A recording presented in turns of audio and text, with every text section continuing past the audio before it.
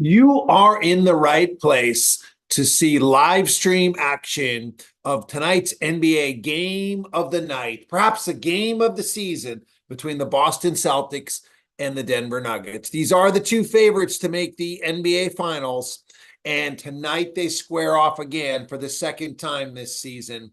And I'm Greg Wells, your host here at Talk Sports. I'm excited to bring you this game. We're going to have play-by-play analysis, all the highlights, and we're going to be bringing fans up from the YouTube chat here into Zoom with us to get their takes and reactions as this game unfolds live. So if you're watching us on the replay, you're in the right place to see exactly what happened.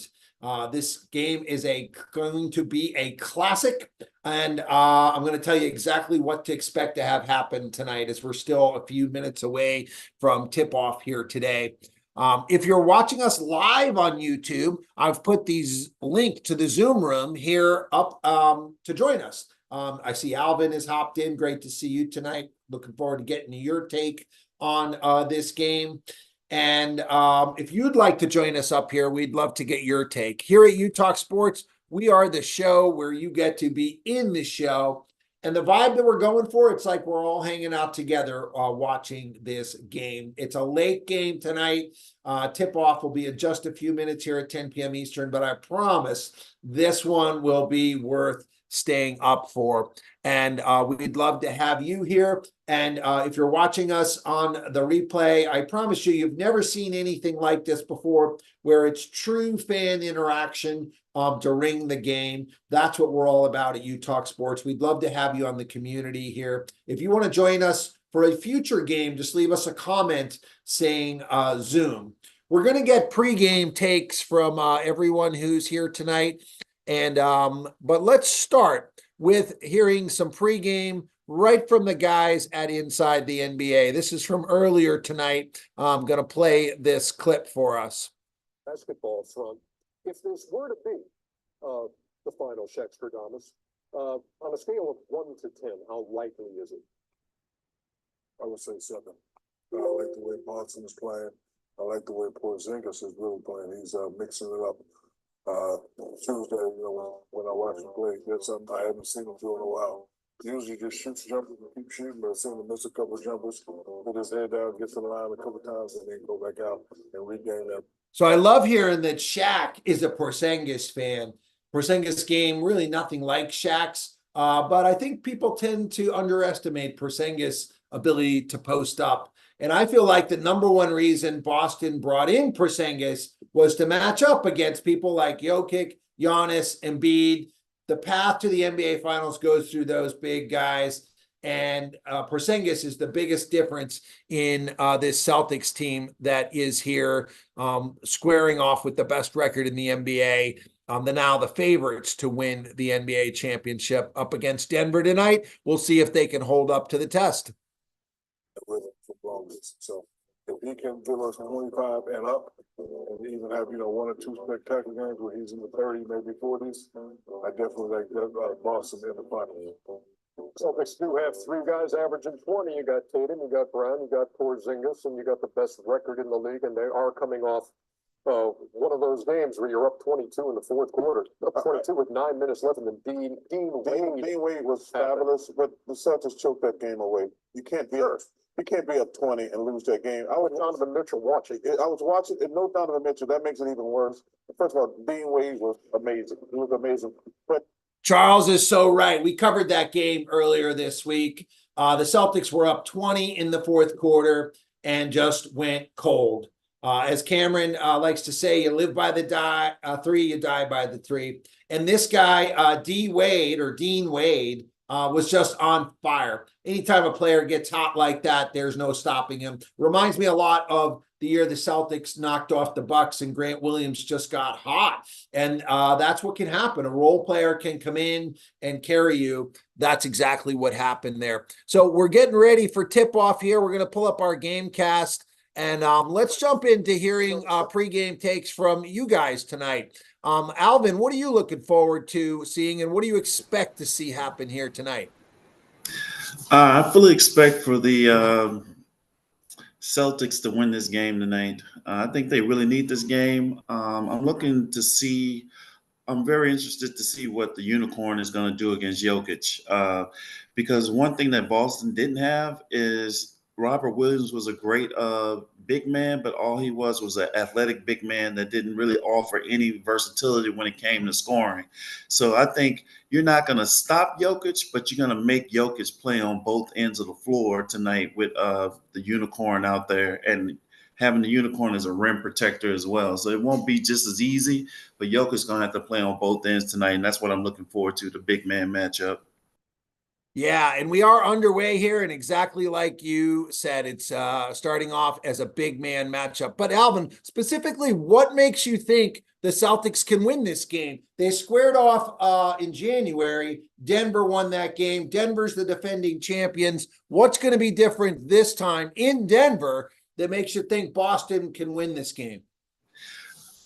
I think Tatum and Brown really have to show why they're the men in Boston. As they go, Boston goes. So Tatum and Brown has to stay locked in because, unfortunately, more often than not, the others or your role players, they don't play quite as well on the road. But if your stars come out and play tonight, and then Porzingis pours in 17, 10 rebounds, I think they will have more than enough to win this game tonight. It should be exciting. I just want to see a playoff atmosphere game tonight. Yeah, it's going to be a playoff atmosphere. We can see that already here. Boston's off to the early 5-4 lead here. And you make a great point that role players on the road don't perform as well. Boston's on a road trip now. They were out in Cleveland. Now they're here in Denver. They likely haven't been home in between. So they're on the road, and they need to come together as a team. Will they? I don't know. I'm looking for some indicators of what's going to happen here tonight, but they need to. And one of the biggest things that I preach a lot is that role players need to know their roles. And at the end of that game against the Cavs, Porzingis was jacking up a three when he could have swung the ball to Brown. And Derek White also had some really bad shots. You got to go to your go-to guys. I have no problem with the last shot. They went to Tatum. They got their best guy on a good matchup, and he just missed the shot. I don't fault Tatum. I don't think he's not clutch because of that. I do fault the referees. That call was overturned, which means it wasn't a call. It was a no call, and the Celtics were kind of robbed of having a chance at a putback or a timeout and doing something. And I'm a referee, so I'm not usually one to fault the referees, but Cleveland deserved to win that game. We'll see who deserves to win this game tonight. Boston's off to the early lead now, 11-6. Let's make sure everyone's over in the YouTube chat, and let's have you guys put in your picks in the YouTube chat. This game, it was -1 at sometimes, and then it was a pick 'em. So let's go over here into our YouTube chat and just put who we are taking. I am taking Boston straight up tonight, obviously. The home team for me. I've got my favorite Boston shirt of all time. I still wear it a lot. It's my Wicked Smart shirt. We do miss Marcus Smart, but I think the team got better by subtraction without him. Let's have everyone put their chat in there. I'll put the YouTube link in here. If you're watching us on YouTube and you want to join us on Zoom, we'd love to have you up here. This is just like we're hanging out, talking sports with your buddies. That's what we are. We're here every night. And for the game of the night, this is our first time in this time slot. I'm excited to see how this goes. Cameron, what do you expect to see happen tonight? Yeah, I'm really tuning in for the first quarter of this game because I expect Denver to get hot in the second half of the season, really start climbing up and try to get home court advantage. I think home court advantage really plays a big part there in Denver, right? They play at a high altitude up there in the mountains in Denver. And I'm a little surprised. Denver's they're known for getting out and getting hot early. They've been doing it all season, but right now Boston's the team that's up early in this first quarter. But one thing I wanted to say too, a cool couple little facts about both these teams in this game is the Nuggets are actually the first West team in the Western Conference outside of California and Texas to win the NBA Finals, dating all the way back to 1979. The Seattle Supersonics, which isn't even a franchise anymore. Well, I guess maybe the OKC Thunder, they moved, but still, that was the last time that a team outside of Texas or California that won the finals out of the Western Conference. That was a pretty incredible stat, I thought. And then another thing that I never rolled heard upon. That was good. Yeah, and then another thing I rolled upon today was so shout out the Nuggets for breaking that streak, huh? And then the other thing, there's another streak that's going on in the NBA right now. It's only 7 times since 2000 has the team with the best record in the NBA gone on to win the finals. And actually, over the last 6 seasons, the team with the best record did not win the finals. Those teams being in 2018, it was the Rockets who went 65-17. In 2019, it was the Bucks who went 16-22. 2020, it was the Bucks that went 56-17. That was the COVID season. Then the next season, 21, it was the Jazz. They went 52-20. They didn't win. The 2022 Suns, they went 64-18, and they fell apart to the Mavericks. And then the Bucks again, 58-24, and they got bounced in the first round last season. So the Celtics, I don't know if you want to be comfortable with the best record in the NBA over there, Greg, because so far, what history's telling us is that the Celtics are going to choke again. Wow.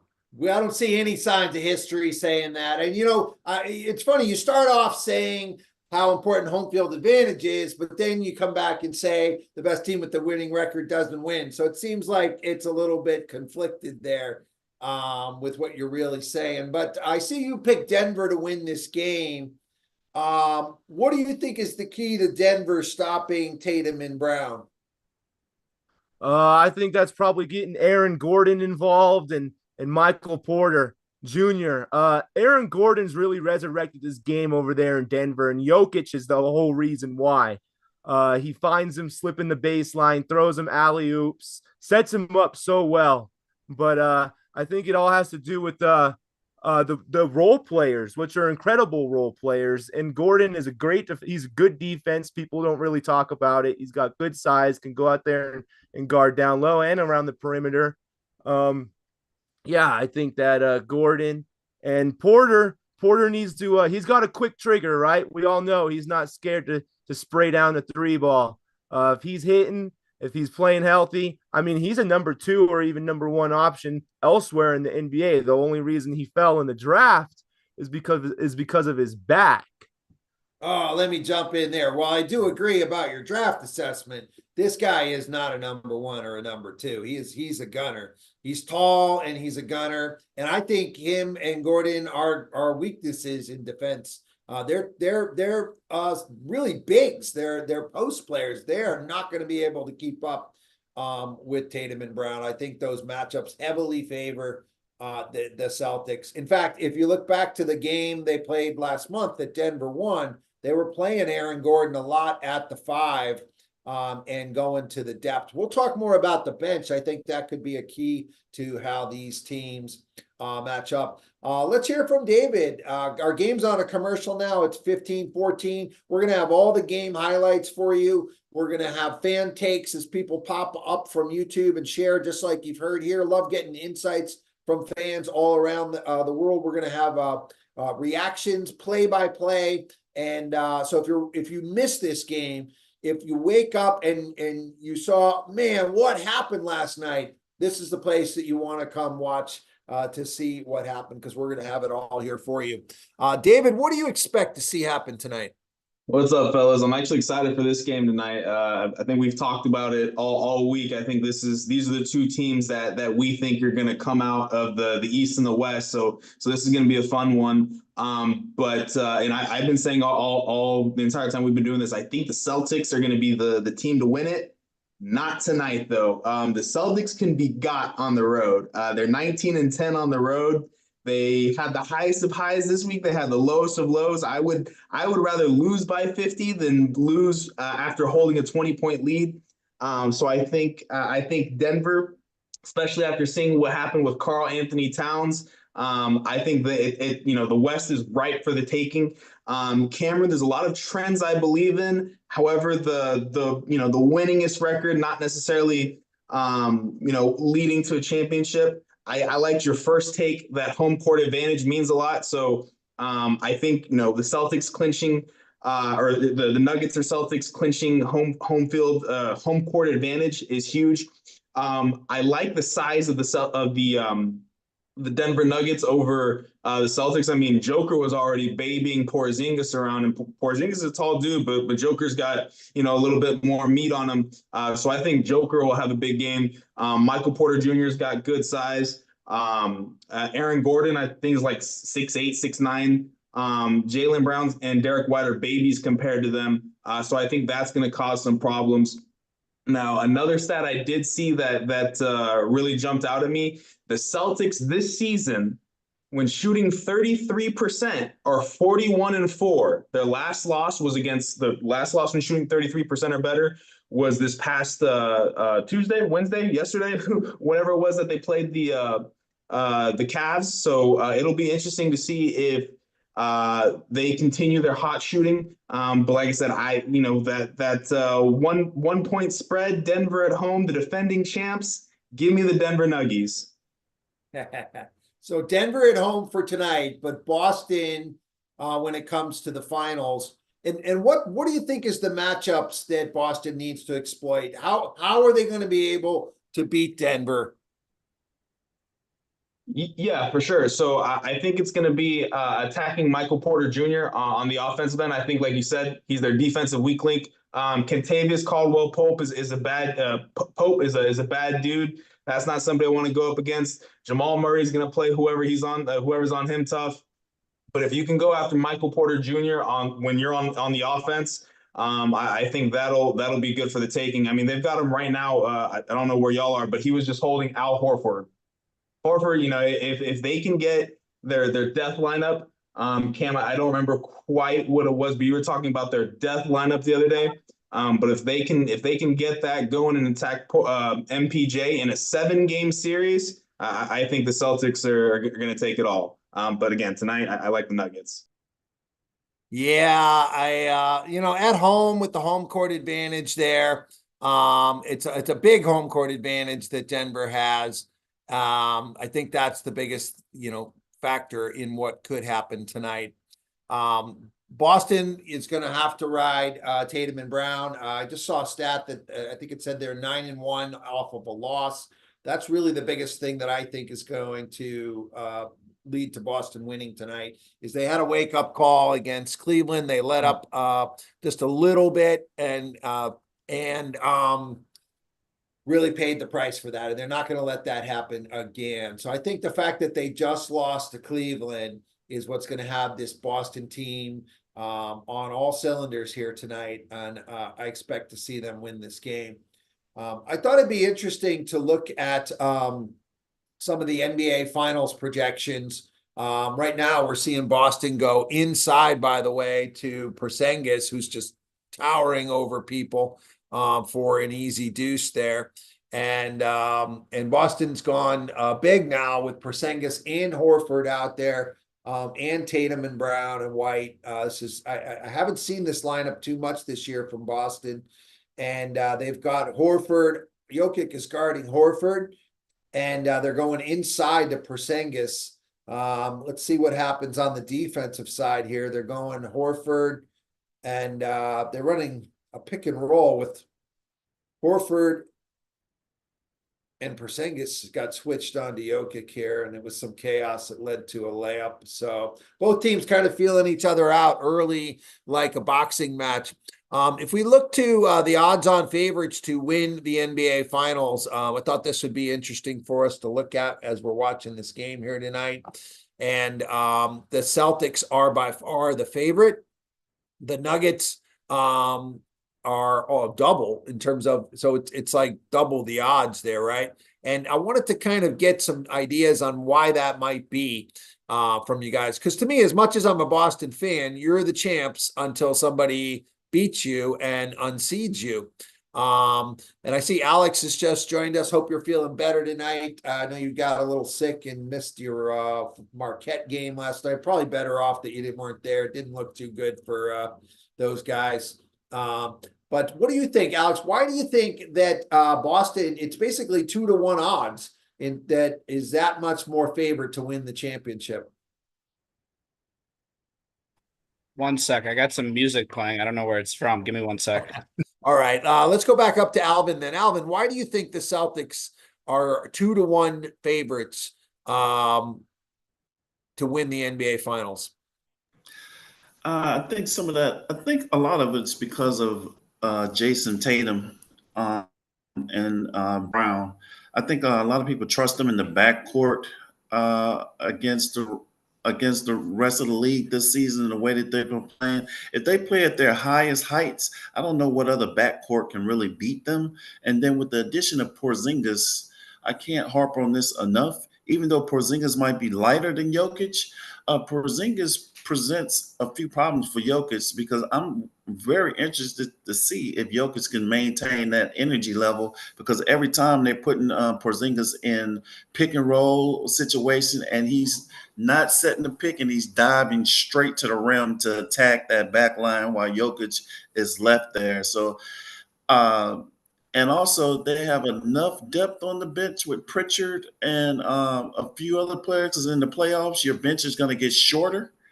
And I think the Celtics have everything they need to win a championship. If they don't win it this year, then they're going to have to start re-strategizing what they're doing with Brown and Tatum. Yeah, I mean, I agree with everything you said as to why they should win the championship, and they may or may not. A nice steal and breakaway here. Denver's cut the lead to 23-22 now. Christian Braun. And I don't think they blow up the team if they don't win the championship this year. They've had such a great season. Sometimes you just run into an unmovable force, right? I mean, nobody else was winning a championship when Jordan was there, no matter what you did. And it's possible that is what Jokic is on the verge of. We're still to see what he can really do again this year. I think the only difference is when Jordan ran up against their brick wall, they ran up against the brick wall of the big dogs on their side of the conference. When he actually got to the finals is when they handled their business. Now, Tatum and Brown have actually had the opportunity to get to the finals as young pups. They've had the opportunity to try to beat the big dogs in the East, and they've come up short. This is their time. They are now the big dogs. They're the ones that are being hunted. They're the ones guarding the junkyard. They have Drew Holiday to protect their back with the defense to allow them to do what they need to do. They have Porzingis to clean up the front of the rim. You got all the tools that you need to win this championship. That's why I say they may not break it up, but they're going to get a lot of side eye if they can't get it done. Oh, for sure. And Boston won't be satisfied with anything short of a championship, the city here. But I look at, the year they lost to Golden State in the finals, Tatum was 23 and Jaylen Brown was 24. Those are like college graduate ages. And so I look at this team has been overachieving the last 5 years and is still ascending and still on their peak here. Let's get some more takes on this. Cameron, why do you think the Celtics are such heavily favored? I mean, I think most of us are saying, look, if Boston and Denver go to the finals, it's going to be a battle. It's going to be a 7-game series. It could go either way, but that's not what the odds are saying. What are they seeing that we're not seeing, or what could be the rationale behind this? What do you think, Cameron? I think the answer is pretty obvious here. The Celtics are the only team in the NBA that are top 3 in NBA or in offense and defensive efficiency. I I mean, offense sells tickets and defense sells championship, or defense wins championships, and they got both. They got the recipe to win it all. They're and then not only that, Brown. So Brown and Tatum have proven to have playoff success. I actually saw a cool stat today. Tatum has more playoff points or in the Eastern Conference Finals than the whole Clippers franchise. So I mean, they got good experience too. Their roster got even deeper this year. Holiday, he's got a couple good years left in the tank. He's going to be huge locking up any good perimeter guards in the playoffs like Halliburton, or maybe getting a body out on Butler. And then Porzingis. He's the big ticket for me on why they can win the championship this year. If he's healthy, he stretches the floor out. It's just another weapon they can get the ball to. He was an all-star. He's an all-star type caliber player. Pile that on top of Brown and Tatum. That's organized chaos right there. Yeah, good takes there. And our game is at a commercial. We got a minute and a half left in the first quarter here. And David, what I saw you kind of nodding your head yes there. What's your take? Why are the Celtics more than double the odds to win the championship than Denver or anyone else? Yeah, for sure. I think top to bottom, there's just the talent on that team is just an incredible. Even with Derek White, you're still in the game because that's he can run that second unit. He's so gifted. But what I was nodding my head at was when you're saying Porzingis is kind of like the X factor. I agree, because Boston, had they had Porzingis 2 years ago, they would have been champs. You're not going to win a championship with Al Horford and Daniel Tice running the middle of the court. So I do like Porzingis. They had I don't Rob think Williams, and I don't think Porzingis would have helped them against Steph Curry. I mean, that's not the problem was they couldn't guard him. Well, yeah, there was a lot of issues.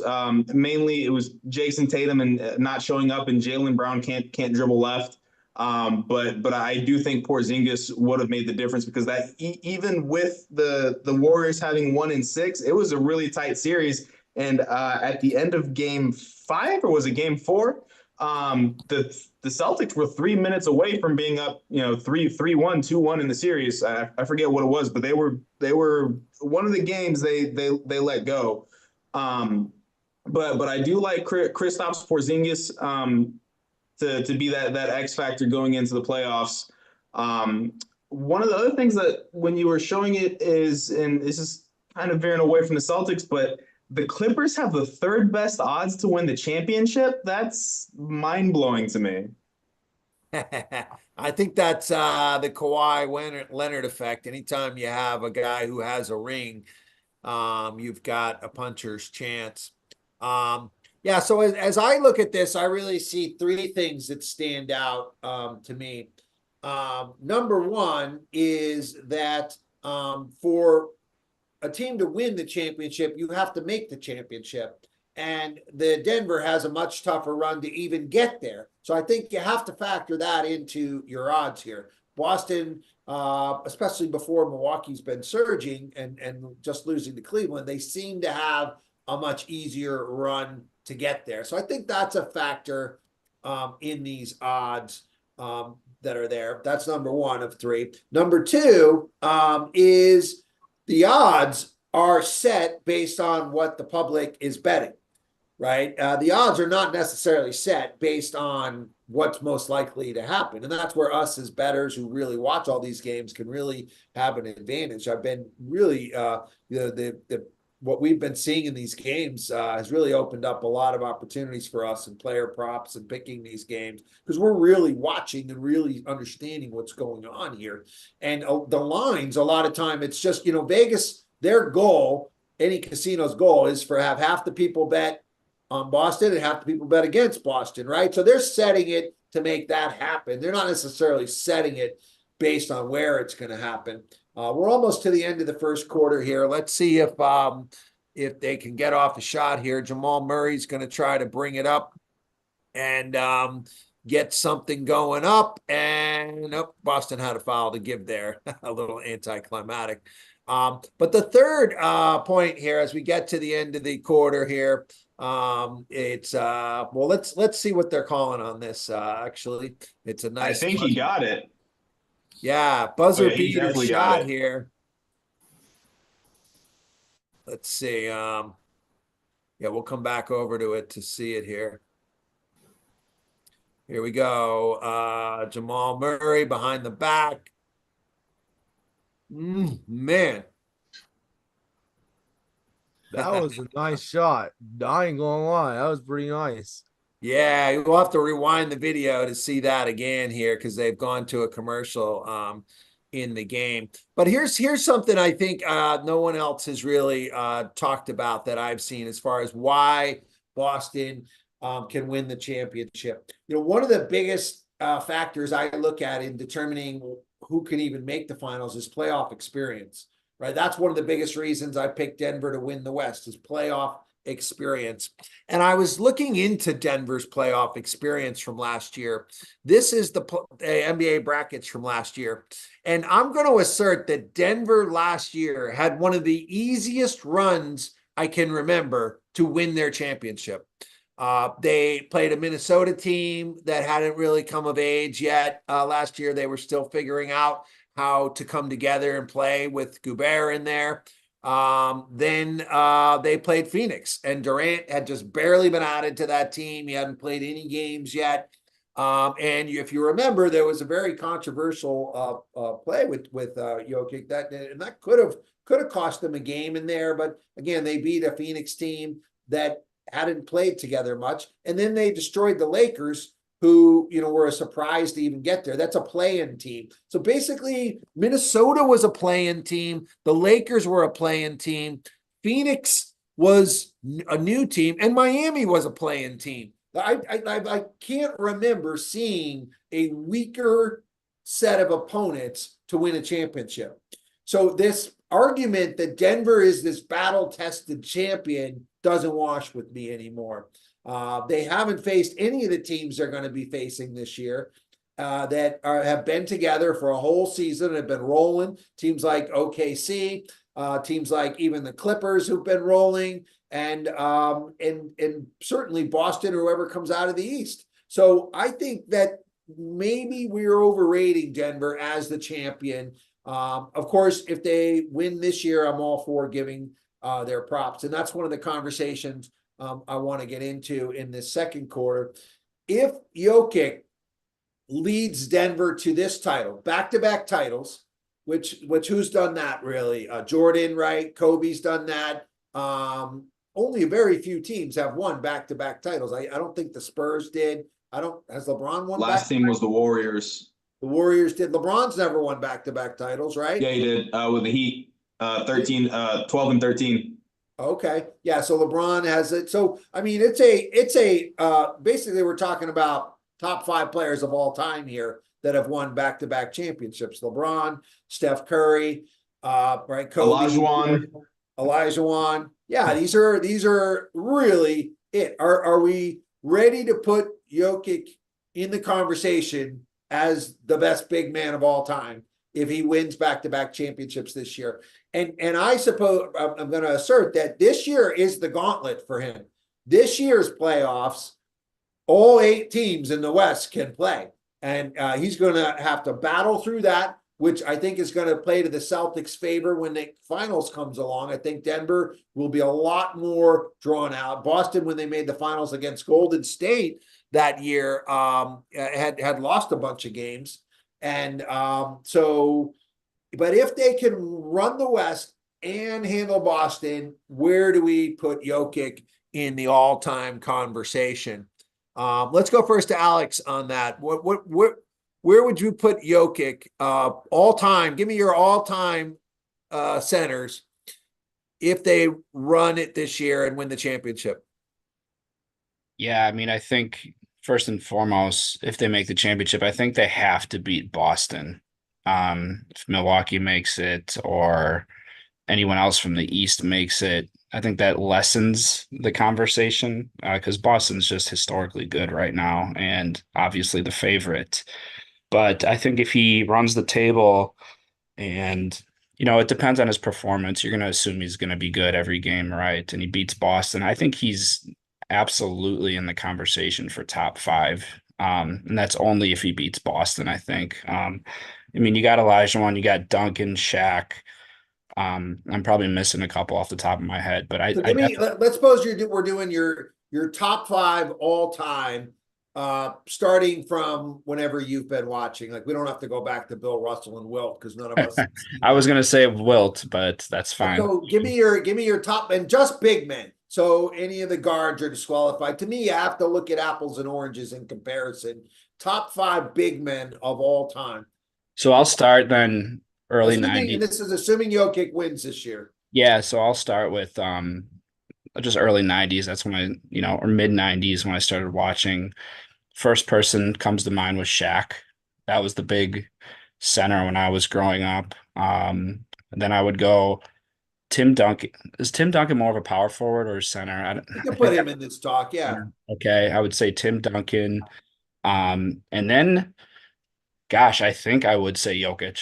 I got to be missing somebody though. Olajuwon, right? Elijah I didn't really watch, but I would probably throw Elijah in there. But then, yeah, definitely Jokic top five from when I started watching. Putting him fourth out of those four. It seems like those four all would have 2 rings. There's really no reason to make it top five. Let's make it top 4. Okay. Who's your number 1 out of that top 4? Shaq is number 1. See, I discount Shaq because he won with Kobe. Okay. Jokic doesn't have Kobe. That's if fair. Jokic wins this year without Kobe, he's got Jamal Murray, and they can't win without him. But Jamal Murray didn't even make the All-Star team this year. But yeah, this is an interesting topic. Yeah.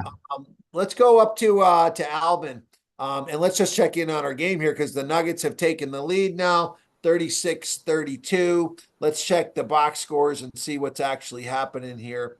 Jaylen Brown, Tatum's gone to the bench. That's probably why Denver's making their run here. Jamal Murray's hot. Jokic is on the bench, and Denver's taking the lead here.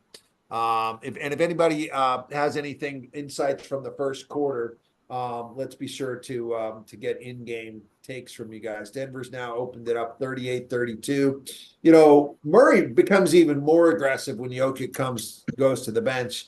He really is an unstoppable scorer. For him to not make the All-Star game this year, he's got to be the most underrated player. It's hard to call him underrated when he's winning championships, and anybody who knows in the NBA knows him. But if he's not making the All-Star team, he's got to be underrated. They're just literally clearing it out for him here with Jokic on the bench, letting him go one-on-one against Derek White. He's getting any shot he wants. Obviously, he's not making them all. Let's see. They were just showing that with Jokic on the floor, they were a -10 differential, and it was like 9.6 with him off the floor, a plus 9.6 with him off the floor. Yeah, this is an interesting storyline with the other Holiday here on the Nuggets. I didn't realize the brothers were here having a little family reunion today. Yeah, Justin Holiday. Yeah. Does anybody know much about his career? He's been a serviceable role player since he's been in the league. All the Holiday brothers are very talented. They have their own different talents, but he's more of the shooter offense. He's not a defensive player like his brother. Yeah. I don't like Aaron Holiday. I'm not a fan of him. He plays for the Rockets, and some of the things he does just mind-blowing. Yeah. So let's come back to the Jokic conversation later. Let's look at the benches of these teams because that's who's in the game right now. And let's assess this. And to me, Boston's bench is clearly much better than this Denver team, unless there's things I don't know about these guys. Braun was a scrappy rookie last year, but he's really just a scrapper from what I've seen, right? He can make some big plays. That's kind of what you want in a bench guy or a role player, but he's not going to carry the scoring load coming off the bench. Holiday's a journeyman. I don't know anything about Watson or Zinaj. If anybody, any of you guys know what's up with those guys. And then if we can contrast that to Boston's bench, usually Horford would be in now, but they're playing Tillman. Tillman is a guy that I'm excited about. He's a banger, a hustler, a rebounder in there. Pritchard comes off the bench for Boston. I think he's better than anybody in Denver's side scoring wise. He's having a career year. I'm not a big fan of Hauser. What do you guys? Anybody have a take on the comparison of these benches? As far as the benches go, there's only two players that I would. I mean, Reggie Jackson he's long in the tooth, but he can, if he gets hot, he's a very good player. If he gets opportunity to step in the rotation, like you said, Braun. The Celtics to me have a better bench. They do a better bench that they can go to versus the Nuggets, and I think that's another reason why the odds makers are looking at the Celtics as a 2-1 to win the finals, because they are a little bit deeper than the Nuggets, and especially if they get home field advantage, home court advantage. Like I said, the others play better at home, so if they can go up 2-0 and have an opportunity to close it out at home, I think their others will beat the Nuggets others. Nice move there by Braun. He's proven me wrong that he can't go in and score. Nice drive for a 6-footer there. They're keeping the lead. Yeah, Jackson will probably be in when Murray comes out, unless he's injured. We didn't have time to really check the injury report. There wasn't anybody of note on there. What about the coaching? And I don't know that the bench really plays that much in who's going to and who's going to make the finals or the odds to the finals. But what about the coaching matchup? Does anybody, here's Braun making his nice move. Does anybody have who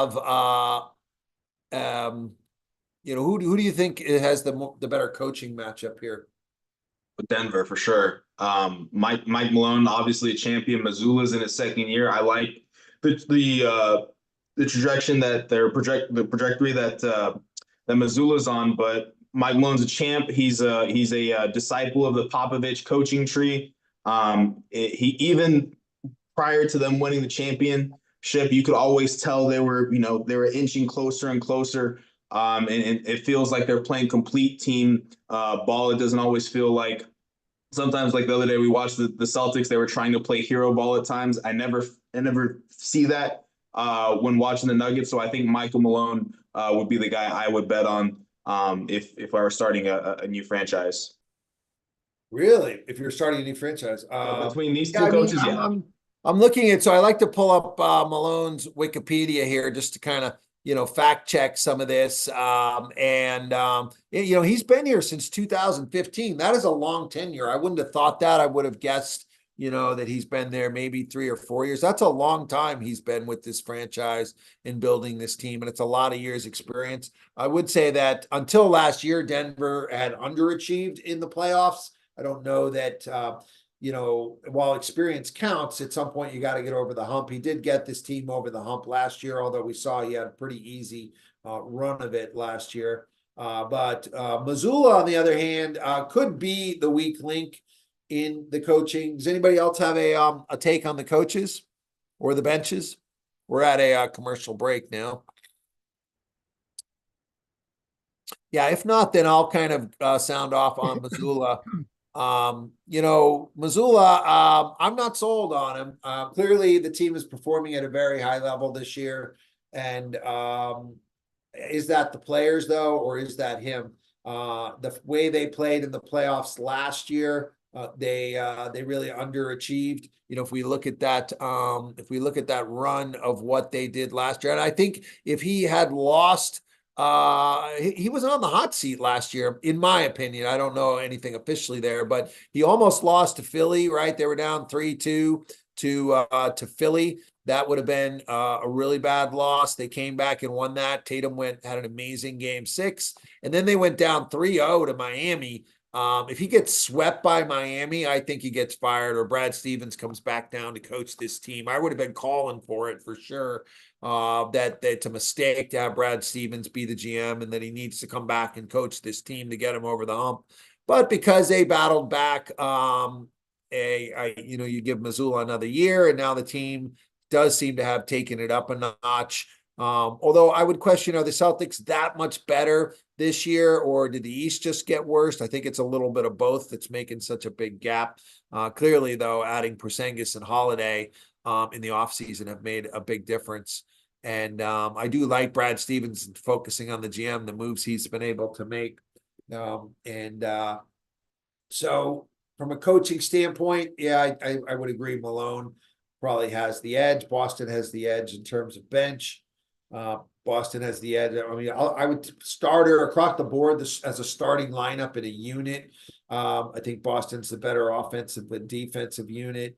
And it's really just going to come down to, can Tatum take over the game and score? Tatum's just as tall. He's 6'10", right, as Gordon and Porter. So they're not going to have a height advantage over him. He's going to have a quickness advantage over them. And he's gonna need to drive on them, and that's what his game needs. He can't be settling for step back jumpers, because he does that against the smaller guys a lot.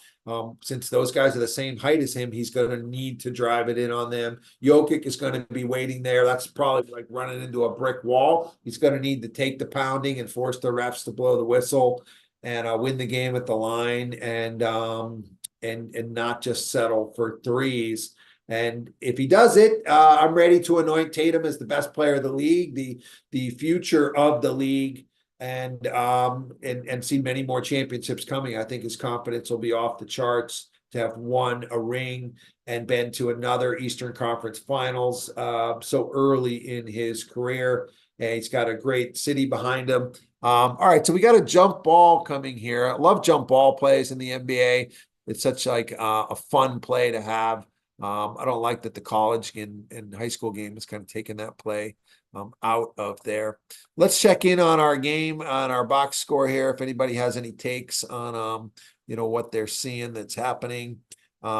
They've gone back to, Denver's gone resting now Jamal Murray and brought in Jackson with all the starters, and Boston's got Tatum and Porzingis back out there. Denver's got some spread scoring, I see, which is nice to see for them with their, if I'm seeing that correctly. You said balanced scoring for everyone? Yeah, I see that. I mean, Boston too, for the most part. Yeah.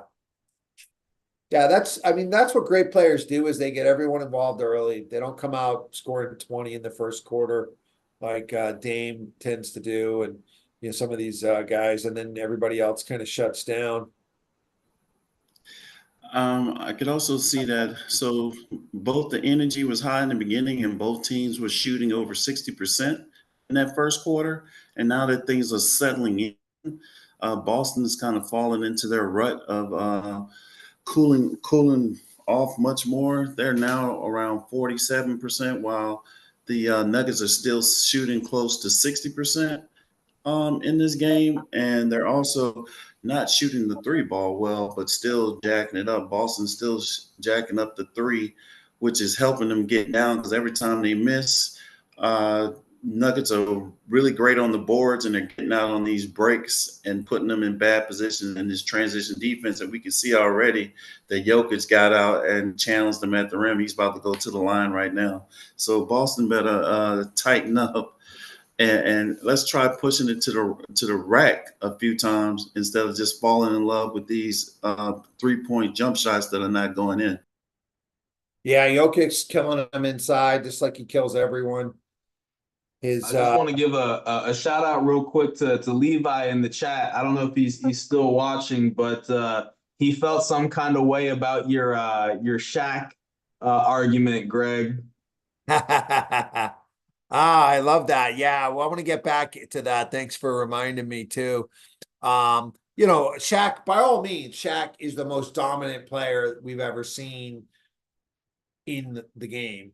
And I've been watching since the 80s. So Shaq, by all means, he's the immovable force. His durability is unquestioned.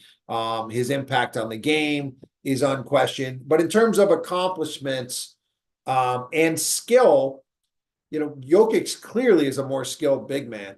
And I feel like Jokic, if he can win this title this year, that's a bigger accomplishment than what Shaq did with the Lakers. Shaq's never been the closer, and I'm big on leadership and leading your team to the championship. And Shaq's always had D Wade or had Kobe. Jokic really doesn't have anything like that. We're seeing some good back and forth now. A little alley oop to Porzingis. How many big men can we really say are closers, though? Typically, a guard or one of the ball handlers is going to be the closer. Yeah, that's what makes Jokic so unique, in my opinion. It makes it, we haven't really had a big man as a closer. And he's like a point guard out there, really. He's a 7 foot, how tall is he? But he's a point guard at over 7 feet tall. He almost, he's almost not in the big man conversation. Well, he is. It's like having both. Reminds me of having Christian McCaffrey in your fantasy team. It's like you got an all-star running back and an all-star receiver out there. Cameron, what's going on? What's your take, Cameron? I saw you with your hand up. Yeah, I was just gonna say I think the big thing for the Nuggets all season. I saw it just a couple weeks ago when they were playing the Warriors. Warriors had almost a 20-point lead. It was a back and forth game, and they took Jokic off the floor. And I think that's one of Denver's big weaknesses this season is those non-Jokic minutes, right? Who else can replace that position for there's nobody. There's nobody. The Nuggets run through Jokic. So when he's off the floor, I worry if they can stay in the game with the Celtics or not. Right now they're doing pretty good here in the second quarter.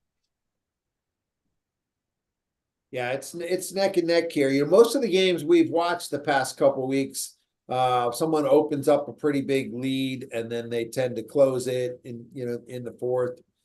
This is a true back and forth battle that we're seeing here. David, our Houston fan, I'd love to hear your top 4 big men of all time. Yeah, for sure. Assuming Jokic wins the title this year. Let's say Jokic three-peats. He's able to win 2 more titles because he's still in his 20s, right? Olajuwon, I think, won his titles in his 30s. So if Jokic winds up with 3 titles, give me what your top 4 big men all time would be. So, of course, I got to go with my guy Dream. That Dream Shake was something brutal, and David Robinson got it because Dream should have definitely been the MVP that year in '95. But I'm sorry, not 95, 94.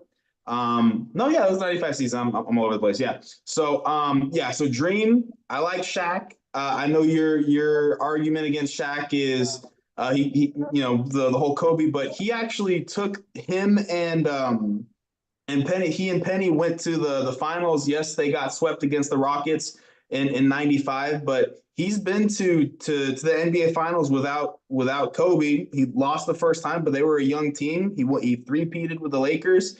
He won one with D Wade. I don't think that's a fair argument because Kobe ended up they had to get Pau Gasol in order to even get back to the finals, and then go back to back. So I do like Shaq. I do like I love Dream. I didn't see this guy play, but how can we not talk about Kareem Abdul-Jabbar? The guy was the all-time leading scorer. Everybody knows what the sky hook is. I'm not going to say Bill Russell. I'm not going to say Wilt Chamberlain because I didn't see them play, but I will say Abdul-Jabbar just because of his longevity, his what he meant to the game, what he did for the game. And you're telling me number 4, Timmy D, man. I dislike the Spurs, but as boring as they can be to watch, it's beautiful basketball. The guy won 5 championships. We don't talk about Tim Duncan enough and how how he just would show up and be better than everybody. I mean, it was insane. Even down to his last game, he was still, applying pressure to the opponent. So I would say that would be my top four. I feel like it'll be fun torture for me to make you talk about Timmy D some more. So let me ask you, was that Duncan's team? Was he clearly, it was him and the role players? Was he the closer maybe up until the Kawhi season? Was it Duncan's? Did Duncan lead them to the championship clearly? So I can't speak to the 1999 championship or the 2003 championship, but the last championships that he had, I would say it was definitely Manu and Tony. I mean, Tony Parker won an MVP. I think Manu should have won the MVP in 2005. I think it was against the Cavs. No, that was the one that Tony Parker won. Manu should have won it against the Pistons, and then Kawhi won it. They gave it to Kawhi against the Heat, but LeBron really put numbers up against him. So I think that was just a media thing. But no, I would not say Tim Duncan was the closer in those situations. I think it was the guards. Even I would say Patty Mills was. We don't talk about Patty Mills in that 2014 finals, or the French guy Boris Diaw, or even Danny Green shooting lights out. That was a very, very team-oriented championship win in 2014. But no, I would not say Tim Duncan was the closer. Okay, yeah, interesting. So it wasn't Duncan's team then, really, either, if he's not the closer. All right, our game's on a timeout break here. Boston's taking the lead back, and so let's see, is that right? We're still in the first. Let me refresh here. There we go. Yeah, no, Boston's not with the lead. Something didn't refresh there. We're back in action now, but let's continue on this conversation here. The interesting thing with like a greatest of all time conversation is that there is no set criteria of what you want to define greatest of all time. We're all allowed to apply whatever filters we want to that. Some people put Durant in their lists and, look at scoring. Some people, just count rings, right? There's different people have different criteria. My personal criteria is that you led your team to the championship. And thus, Shaq and Kobe can't both be on my top players list. If I'm doing top 5 big men, top 5 guards, only one of those guys led that team to those championships. Who was it? Who gets the credit? You can't say they're both top 5 players all time. That's just not, it's not physically possible in how I'm choosing to look at this, because only one player can really lead a team to the championship. Shaq did have the Finals MVP all 3 of those years in the Lakers, so maybe it was Shaq. I think it reminded me about the Orlando series. It's kind of opened my mind. Maybe we do got to put Shaq up there, Kareem up there. Duncan with his number of rings deserves to be up there, and so and now we're at Olajuwon, and certainly in terms of skills, what Olajuwon was the most skilled post player of all time. Did he pass and, do everything that Jokic is doing? No, but, he dominated for many years in the league. Let's see, what just happened here? Did anybody see what they called with Tatum? They were replaying that. Yeah, I don't have the sound on, but it was an offensive foul. It looked like Tatum swung through and they called it on him. It just seemed like the classic Harden swing through move. And then they came back down and Jokic is pushing him quite a bit here. There's a lot of physicality going on that they're letting Jokic get away with straight stiff arm push-offs. Yeah, they really are letting them play. And Boston's got 2 layups in a row here. Malone needs a timeout. But if we're talking about criteria for big men, greatest of all time, I don't think Jokic holds a stick to Shaquille in his prime. because Shaq not only played offensively, he was going to drop 40 on Jokic. He definitely would D him up as well. You're talking about he's an all-time defender as well as a top scorer in his generation. In fact, the league changed rules and changed the lane because of Shaquille O'Neal. Yeah, we're about to get a breakout dunk here. Lots of transition going back and forth. Porter with the flush. Yeah, so Shaq as an all-time defender, let's unpack that. Are you saying, a help side defender who would clog the middle and block shots, or in terms of people posting him up? In nowadays game, he would have to guard bigs that can shoot threes. What's he going to do against Jokic, Towns? I don't know that Shaq would be an all-time defender. Oh, wow, we got to see that. Gordon with the reverse alley-oop here. Let me get this up on here for us, and then we'll come back to Magic this. Shaq and early Lakers Shaq could definitely guard big guys on the perimeter. Yeah, we're all on different time delays. You can see us reacting to this. I'm going to get it up here for you so we can see this replay. That here. would have won the dunk contest. Yeah, watch this. I mean, Gordon did win the dunk contest, right? No, he's never won it. No? Here it he is. lost to Levine twice, Oh, and then that he was lost to the sweet. kid from Miami. We can only stay on the game highlights for split seconds like that. Obviously, we don't want to get a copyright violation. And but as long as we're adding our own commentary and just showing brief highlights, that's within the fair use. But yeah, that was sweet there by Gordon. Go ahead, Cam. Yeah, all right. I'm gonna go ahead and give my take on my great bigs. And so if the question is if Jokic has 3 titles, then clearly I'm put okay. So one, my greatest big, even if I didn't watch him play, Wilt and Bill, those are the all-time leaders in rebounds.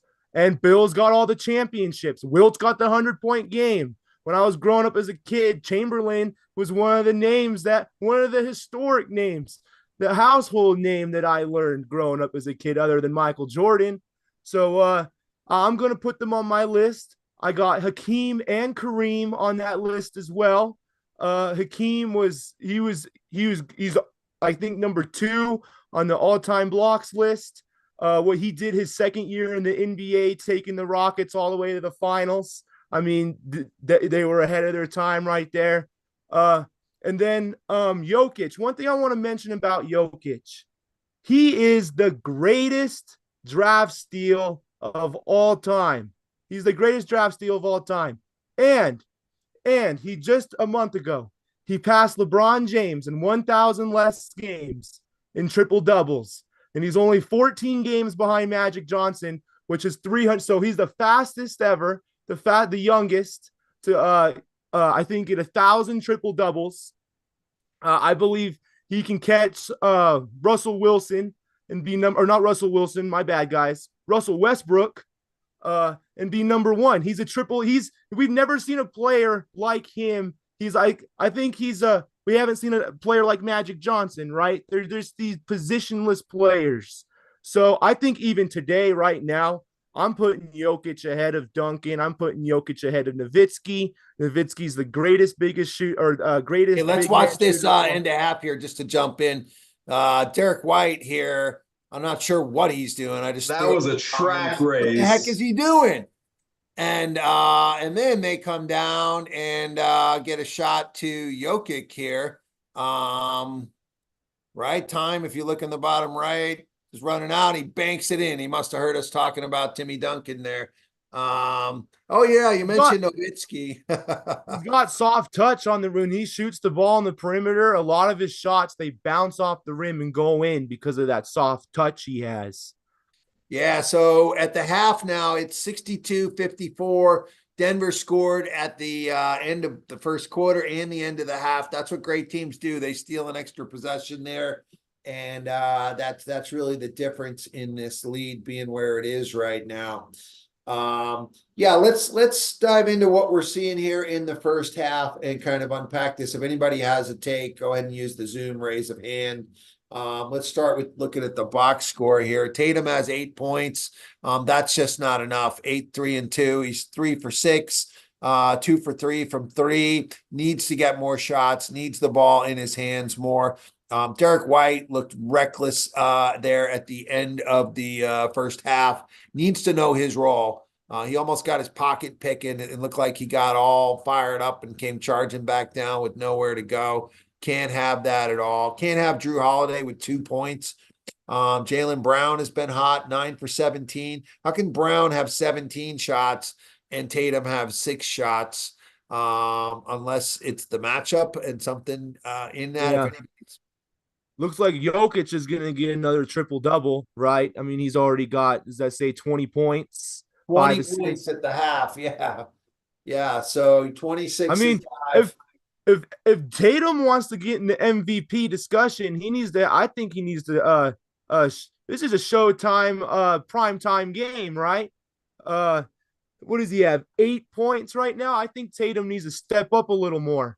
Because right now, Jokic is displaying why he should be the MVP of the league this season. Not just a little more. He needs a lot more here. He needs to demand the ball. Coach needs to tell him to get him the ball. We need a lot more from Tatum. He needs to be leading this team if they're going to compete here. Jamal Murray's stat line looks pretty average. I felt like he was dominating the game at times, especially when Jokic was out. I think a lot of his points came when Jokic was on the bench, which is exactly what they need. Been really impressed with him again tonight, like I always am. He's another steal of the draft. This Denver team's really been built by steals in the draft. Porter was the steal in the draft. They've really, built this team. Even Braun last year, as a rookie, was a late round steal in the draft. They've drafted really well, and you got to give them credit. That's a great point by Cam. So, yeah, let's see what happens the second half here, and let's look at the full box score. See if anything else stands out in this. And let's hop over to our YouTube chat. First half, I honestly expect it to be a nice. Hopefully, it comes down to the last shot.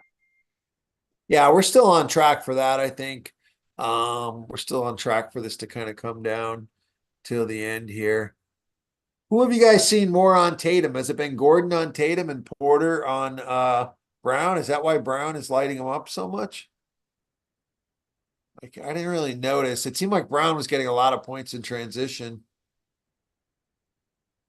Yeah, Nikola Jokic definitely had a bounce back there when after his stint on the bench, because he was like they were showing it was -10. He's turned it around. That's almost 17-point difference. It's insane that they weren't able to hold him when he came back in. Yeah, 8 for 8 from the free throw line too. I mean, he's the most skilled big man I've ever seen. If we reword that question and go back around the horn, he does it all, and he does it all. And basketball is not even his thing. I've never seen a player at that size be able to pass and I mean, KD was like the other guy I would be ooh and on for at that size, being able to handle the ball like he does. I feel like, that could just be the new wave of the NBA here in the future. Just a bunch of 7-foot guys who can dribble the ball and shoot. So I think the question should be post player. I think that would be a better way to frame that, because like you say, Kevin Durant or Dirk Nowitzki, I don't necessarily think of them as post players, but they fit the criteria, big man. But someone else I wanted to talk about was Kevin Garnett. I'm sure Greg loves some KG, the big ticket. Man's top 20 in points scored, top 20 in blocks, top 10 in rebounds. That man was the heart and soul of every team he was on, even when he wasn't playing anymore those last few years in Minnesota. He was always good to have on the team, and he'd get in somebody's face and fight. I think he told Carmelo Anthony that Lala tastes like Skittles or something like that. I mean, you gotta love a player like that. He's Yeah. also he's also the only player in the NBA to play against the 72-10 Chicago Bulls and the 73-9 Warriors. His rookie season and his last season. Hmm. Yeah, we'd have to split. I mean, KG is one of my most beloved players. I never really think of him in terms of all-time rankings. His only ring came when he was, with the big three in Boston and, his Minnesota teams. I guess he took Minnesota to Game 7, right, in the Western Conference Finals one year. He's for And sure an all-time trash talker. yeah. And I want to go back to Houston and Olajuwon too here, since we got David here to defend him. To me, Olajuwon, had an amazing run in college, right? He played 3 years at University of Houston, and how awesome was it? He went on to Houston. Everyone knew he was a dominant player coming out of college, an all-time great, right? He was drafted before Jordan, and nobody even questions that. So to me, his career was a disappointment. 2 rings and really no other finals appearances, right? Other than that one early on when Ralph Sampson was really leading that team and was the closer. Sampson hit the game winner to beat the Magic and the Lakers in that 80s team. So 2 rings when Jordan happened to be, out for those 2 years. I feel like given those expectations, still in my top 5 all time. Still, the best post moves of all time, but underachieving in terms of his career. What would you say to that, David? I completely disagree. I think that's a ridiculous take. I think people like Michael Jordan and Tom Brady, the fact that they win 6, 7 rings, it's, to say that a man who's won 2 rings went to 3 finals is a disappointment. I mean, that's setting the bar so incredibly. It's ridiculous. Now I'm surprised we're not saying that Bill Russell's the greatest because he won 10, 11 rings. Especially with you being a Celtics fan, I'm surprised we're not going there. Well, I didn't say disappointment. Don't twist the words. I'm just saying he underachieved based on what a dominant big man should be able to do. If Shaq is a dominant big man, had more than multiple rings. For his Yeah, amount yeah. of So skill level, he could have had. How come he was getting knocked out in the Western? Those teams weren't even winning championships. Those Western Conference teams that he would lose to. It wasn't like he was, losing to the player of the era. He was just getting knocked out year after year. yeah, we had trouble with the Sonics and the Jazz. Those were the 2 teams that up it was up until we won the championship. It was the Sonics that kept knocking us out. After we won the championships, it was the Jazz that kept knocking us out. At that point, Olajuwon was old, and we had a fat Charles Barkley, and then Scottie Pippen was with us that last year, and that was just a disaster in and of itself.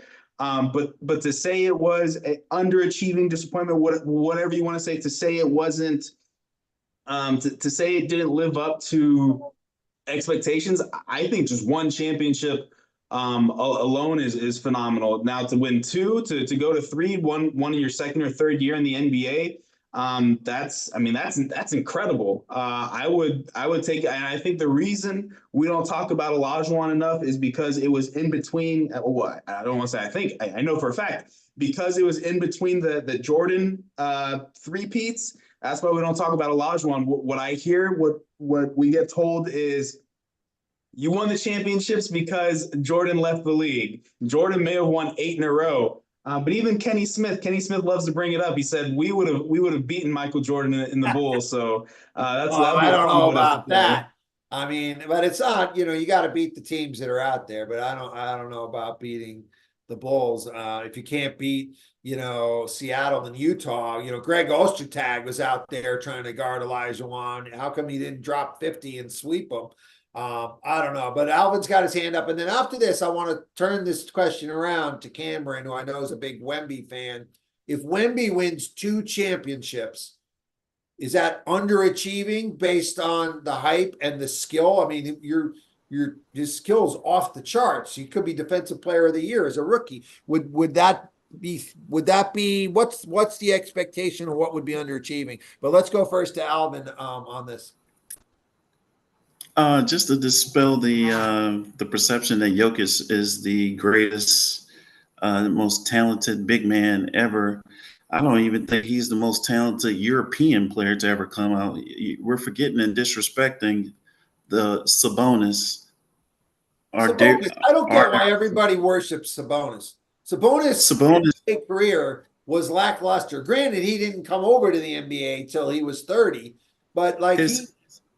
If you were to ask Jokic, if you were to ask the unicorn, it all started. This of idea and course, and concept like I give of what Sabonis they are. open the door for Euro players to come here, right? And I get that. But in terms of actual achievement and play and what we all saw, I feel like he's put on a pedestal and didn't earn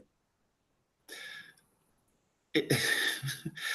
Well, I think if he doesn't come along, these other players don't come along. I agree with that. Jokic, I and not agree with only that. that, the NBA. Furthermore, that in the beginning, when these Euro players were coming over, they didn't make it in the NBA because of the physicality and the athleticism of the NBA game at the time.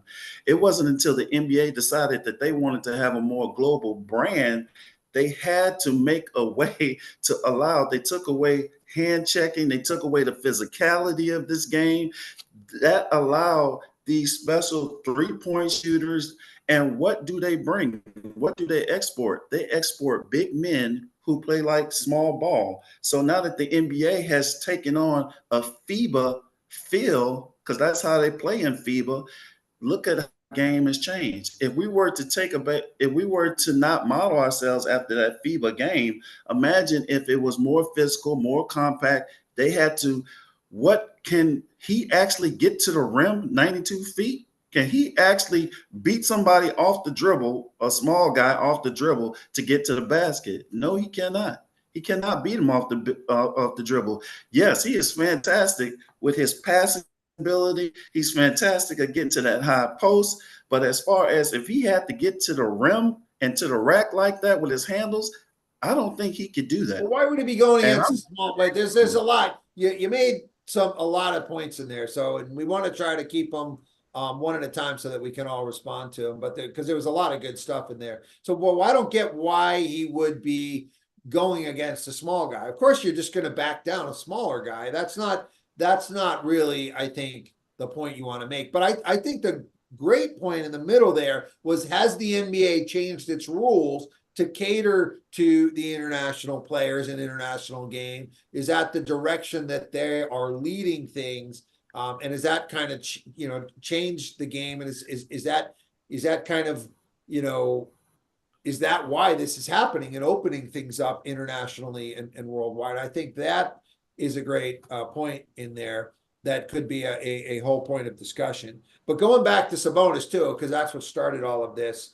To me, it would be equivalent, like Jackie Robinson was the first African-American player to play sports, right? That doesn't make him the greatest player of all time. It just means he opened the door for other players to, but it to also follow in the doesn't make you footsteps. the And that's what greatest player of Sabonis all did. time just because you have rings at your position. Rings do not define, at least in my opinion, that you're the greatest at your position. I think rings is a conversation that sports writers bring up for their criteria, or those who have not played this game say who is the greatest. Now, I'm not diminishing or taking anything from Jokic's talents, but I'm not going to pretend like I haven't seen this before. In Sabonis, because we didn't see it in Sabonis in the NBA, right? I mean, I get, unless we saw him. Time he came to the NBA, he was almost a 40-year-old man. Yeah, exactly. And that's all we know. That's all the body of work we have. The rest is just legend about how great he was. But if you look at that body of work, he put in some hell of a work when he was here, even as a 37 to 40-year-old man. Yeah, I agree. He was playing great. But we can only judge what we actually saw here in terms of that. All right, good points there. Really appreciate that conversation. Cam, let's circle up on what we've been talking about here. Wemby is coming in with the same hype, if not more hype, than Olajuwon came in with. If Wemby wins 2 rings in 20 years, is that underachieving, or that's a good career for him? I think for Wemby, that's a tough question, but I think that is underachieving because Olajuwon isn't the greatest prospect of all time. There's only been one player that has come into the NBA and had high expectations set for them since day one, and he exceeded those expectations. We all know who I'm talking about. That's the king, LeBron. Okay, Wemby, he is a generational type player on the absolutely on the defensive end of the floor.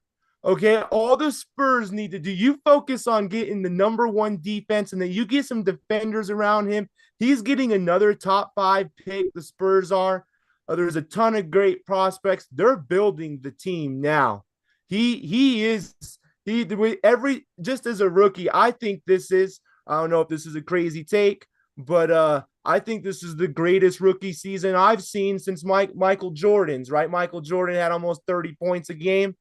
This guy, he does things I've never seen. Again, like Jokic, he's done things I've never seen from an NBA player. His body, the body type. Yes, we've had tall, lengthy dudes come in the game, but not like this guy. This guy has an over 8-foot wingspan. He is gonna defend the interior paint. NBA offenses are gonna have to find a way to work around him. LeBron James, right?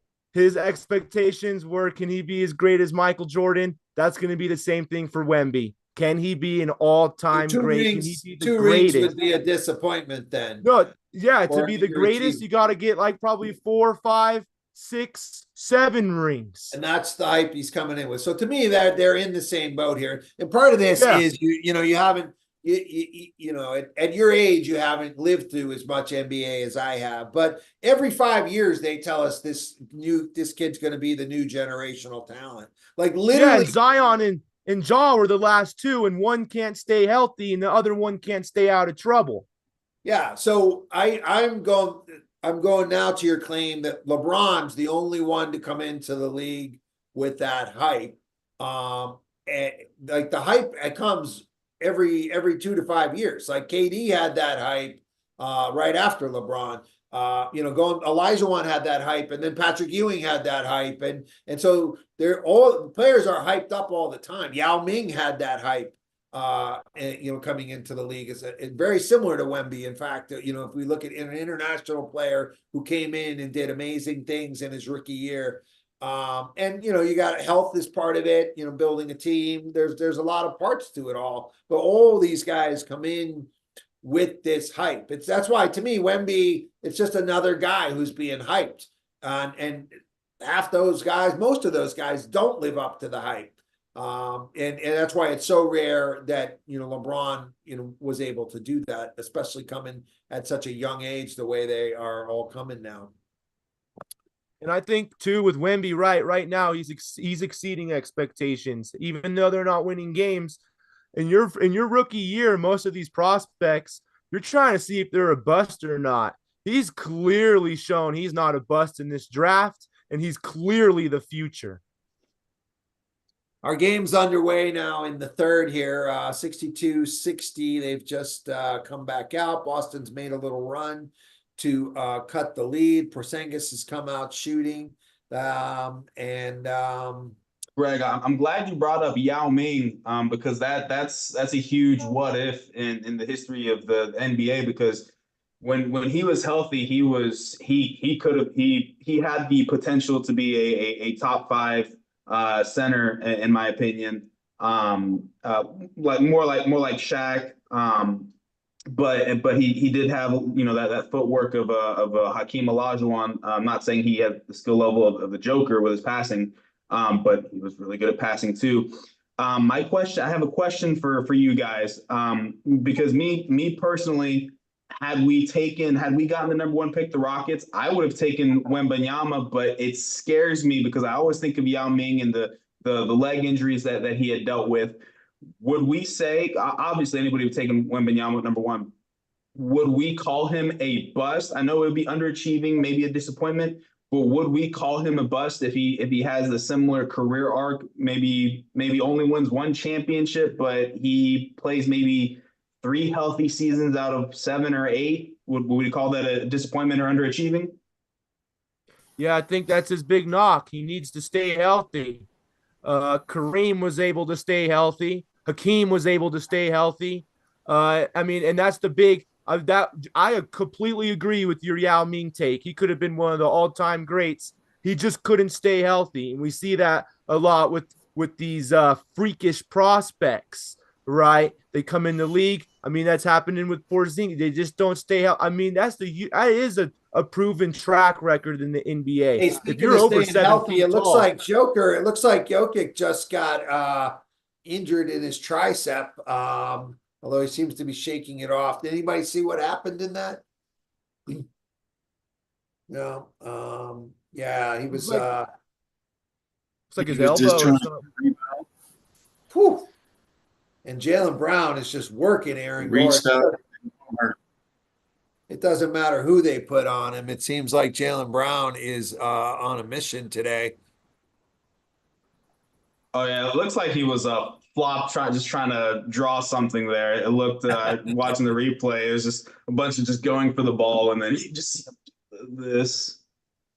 Yeah. It's funny when they show him up close, the Joker. Like he's got all those like bruises and cuts all over him. Like he looks like he was in like a battle zone. Jeez. Porzingis just launched up a deep three. I didn't need that. Now Jokic just backed him down for an easy 2. So much for the size helping against Jokic. Can't let him catch the ball 3 feet from the basket like that. Well, it definitely looks like Boston is doing their job and pulling the Nuggets. They're playing better on the perimeter, defending the 3. Now the Nuggets are shooting at 20-some%, and now it's the game is coming back. I'm surprised they didn't call a foul on Joker just now. They tried passing it to Porzingis and it looked like he gave him a shove. Yeah, exactly. They're really letting him play. Ball don't lie here, though, as it bounced off Jokic and leads to a Jalen Brown breakaway. Jokic's I thought he was gonna take the 3 there. Jalen Brown with 26 and 10 already. But Denver's so good at going to Jokic. Like they know, everybody knows their role. Everybody knows it's his team, and they just go to him. Yeah, probably because he's so big. But Boston needs to do the same thing. Now, Greg, since the refs have been calling it so loose right now, you think, if from your point of view, you think it's going to get tighter in that fourth quarter? Absolutely not. You have to be consistent. You cannot tighten it up. You've got to call. How you call the game is how you got to call the game. Unless, I mean, maybe if you went into halftime, you make some adjustments, but clearly they're still letting them bang. Oh, that was a foul. Yeah, they got that one there. Jalen Brown will be going to the line here. I guess the exception to that rule would be if like the teams start to like square off like they're going to fight, then the refs have to rein it back in. But no, it's. Yeah, that's a blatant foul. Nobody's even arguing that by Pope. Yeah, you can't just start calling it tight at the end. You've got to be consistent with how you've been calling it. That's one of the biggest things coaches will crucify you for. Like if you didn't call, I see a lot of times in high school games where, my partner didn't call this carry the whole half. The point guard's carrying it every time. And I'll make sure we talk about it at halftime. I'm like, hey, what'd you see on that? Okay, well, we didn't call that. We can't call that late. Like we've set the precedent. We're going to allow that. We got to talk about that. Communication with the officials. There's so much that happens, and you have to be so aware of what's being called.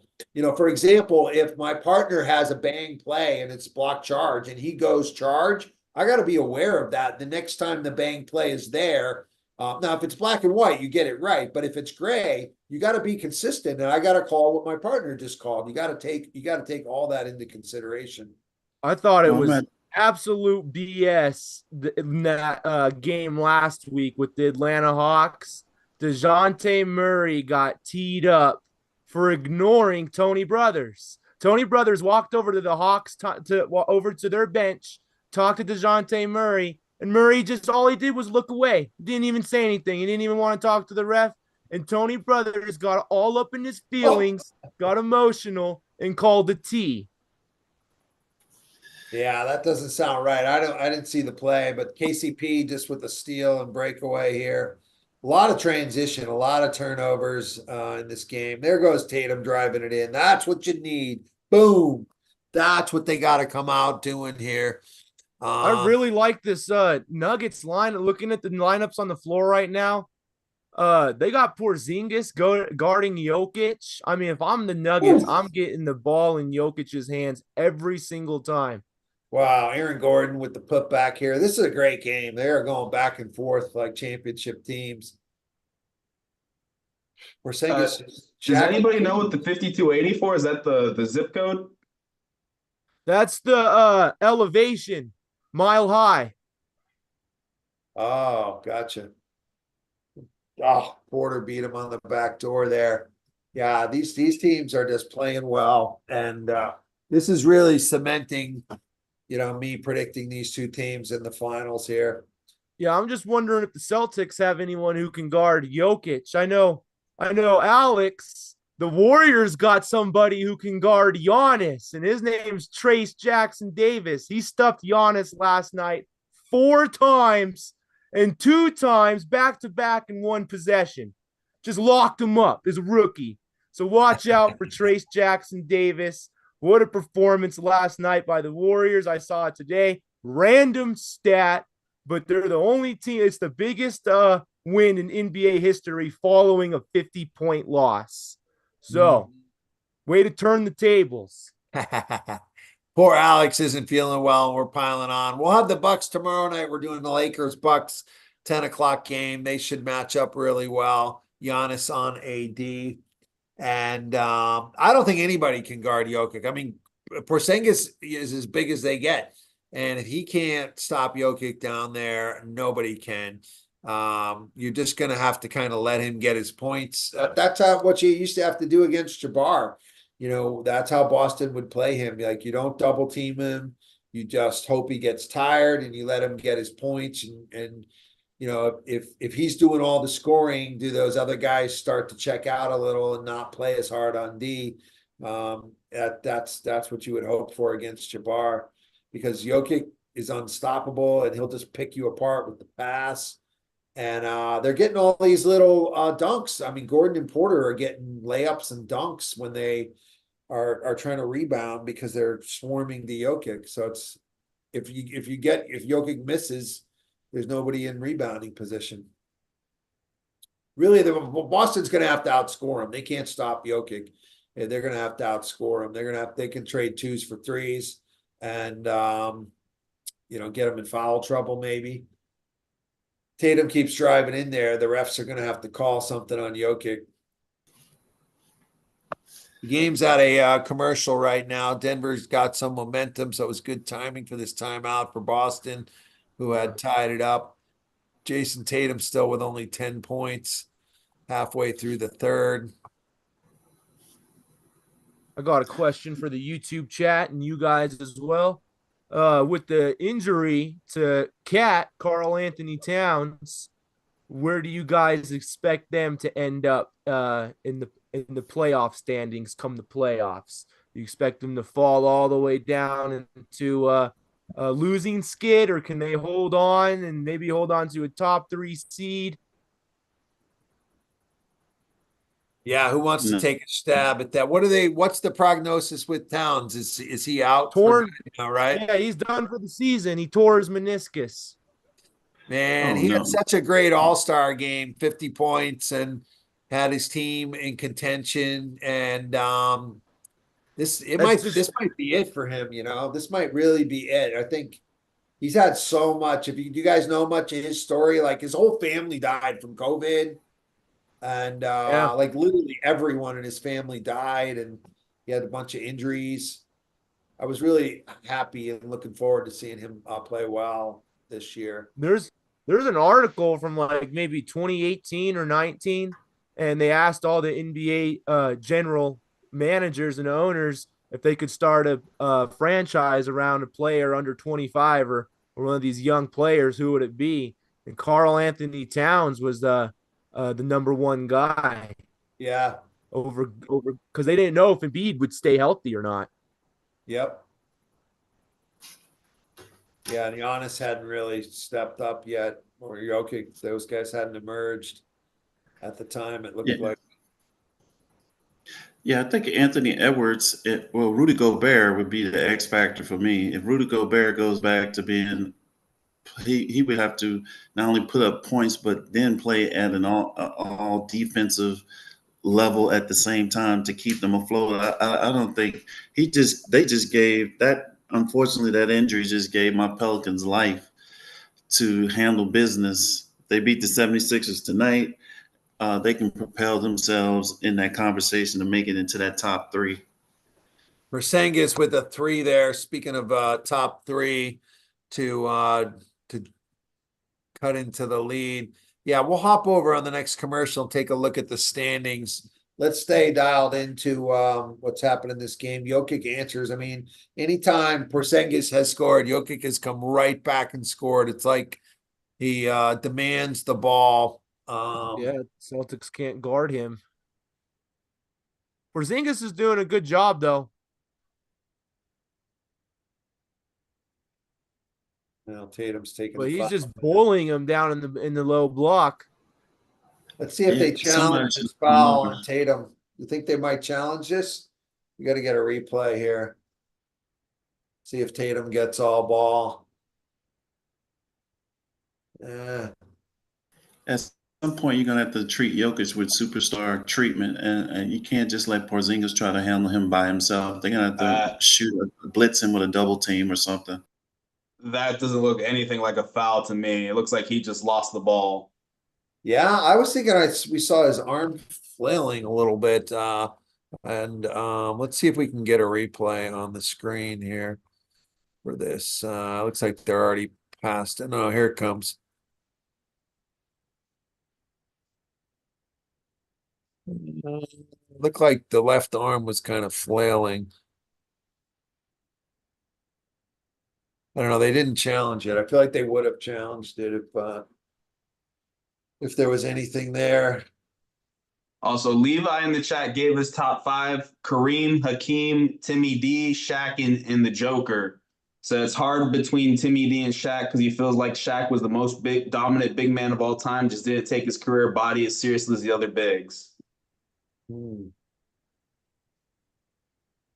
Yeah, I agree. I agree, Levi. Yeah, it seems like we have the same top 5. Is Denver going to challenge something now? I saw them. Maybe they were just asking for a reset. We've gone to a commercial now. And yeah, Alvin was saying about doubling Joker. I don't think you can though. I think you gotta just stick with it, and he'll kill you with the pass, and it'll open up the rebounding if you double him. You just gotta let him get his points. He's got 26 now. Reston Murray. Looks like Tatum's going to the bench here. 4 minutes to go in the third.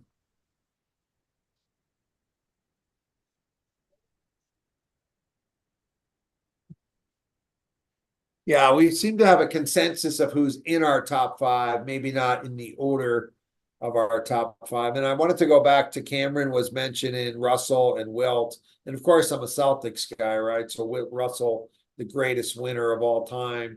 But the game was just so different then. Most teams didn't have, big men the way we do. Russell was 6'9". KG is probably the most comparable player, to what Russell was doing, and KG was not able to dominate. So I don't know, that Russell would be able to dominate. It's hard to really compare those eras. It's so hard that so many of those games are not even televised, like Wilt's 100-point game. What a travesty, right? What does that say about how far the NBA has come? And I think often we talk about players that have had impact on the game, and we talked about Curry, Changing the 3-point status. Alvin brought up Sabonis, opening up things internationally, but Bird and Magic, that rivalry, really saved the NBA. Those games weren't even on TV back then.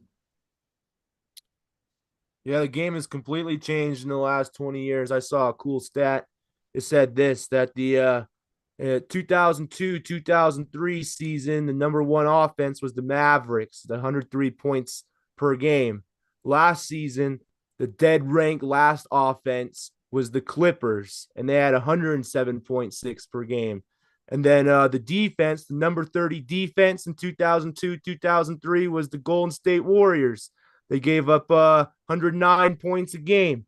And then last season, the dead rank last defense was the Cleveland Cavaliers. They gave up 107.1 points per game. So technically, the Warriors' dead last defense back in 02-03 would be top rated defense today, while the Mavericks' top ranked offense that season would be ranked 30th in the NBA today.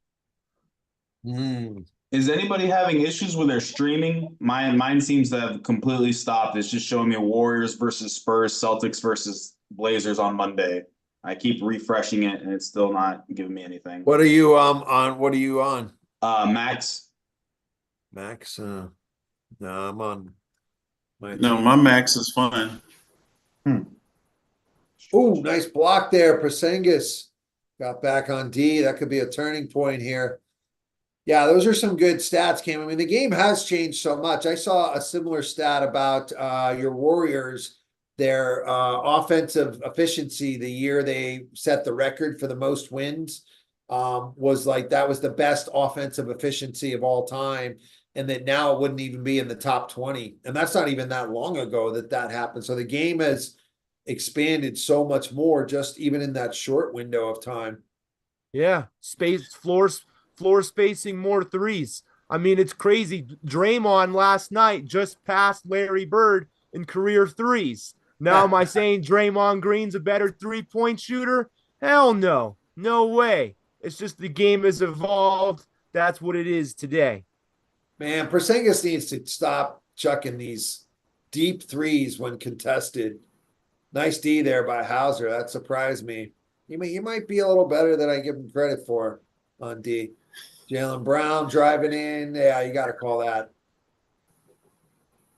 But Greg, you have to admit the game has changed a lot. But if you're looking at Brown is the one that's running to the post, putting his back to the basket to get the double team to kick out to Porzingis or someone of his size shooting a three. That's how much the game has changed.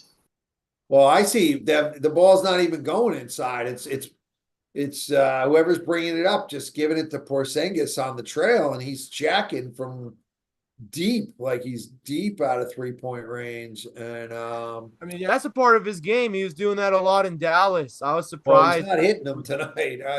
I don't mind. Like if he's wide open and at the 3-point line, that's a good shot for him. But deep and You can hit him. contested. He can hit him from deep, just around probably like 35-40%. Well, I mean, he's 7'4", so I mean that's got to look like an average mid-range jumper to us, right? Yeah, I mean he's 3 of 9 today, which sounds bad, but I guess that's actually works out percentage-wise. But with me, because I'm a high school basketball coach, and with me coaching my kids, I have to tell them, don't watch too much of this NBA because we need you to run to the block. Not to be trying. If you big, I need you to run to the block. Yeah, if they want to learn the game, tell them to turn on some college basketball. They run a lot more set plays and zone defenses. You hardly see zones in the Oh, NBA. Jaylen Brown again. I mean, he is just carrying them. Wow. 22 points on 20 shots.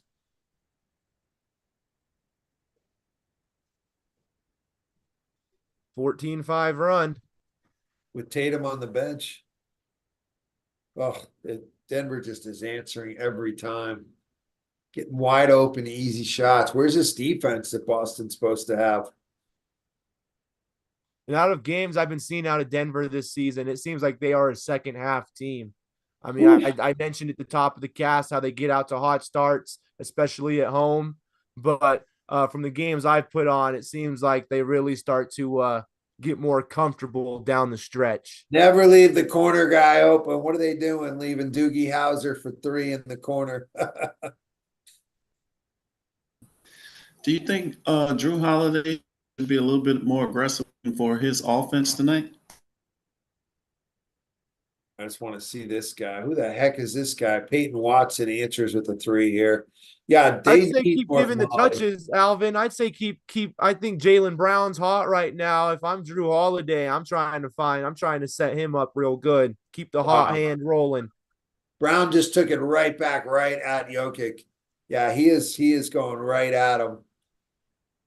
Taking over this team. Maybe it's his team. Lord, Let's see here. Denver's going to hold for the last shot. No, they're going 2 for 1. Inside the Jokic on Hauser. Gosh. Brown gambled on the steal. Left them open for a wide open three. Gosh. Down 10 again. KCP in the corner. Cannot leave the corners in the NBA. These guys all of them are too good. All right, here comes Boston for the last shot here. Clear out for Brown. He's got Braun on him. Braun gives a foul.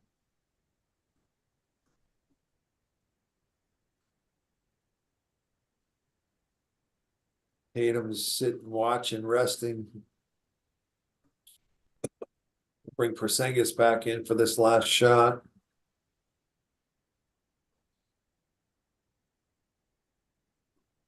Alvin, you're a basketball coach. What would you draw up right here if you're Boston?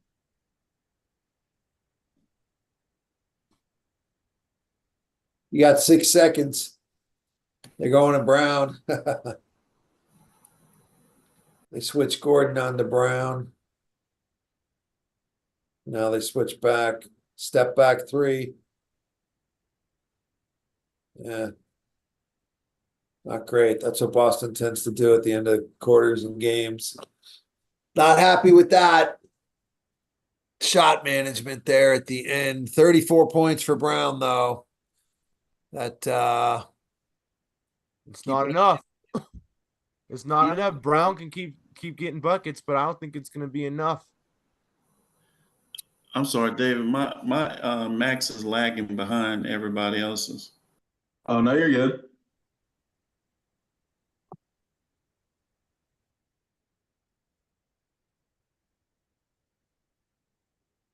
Let's just hop around the league and see what else is happening in our early action tonight.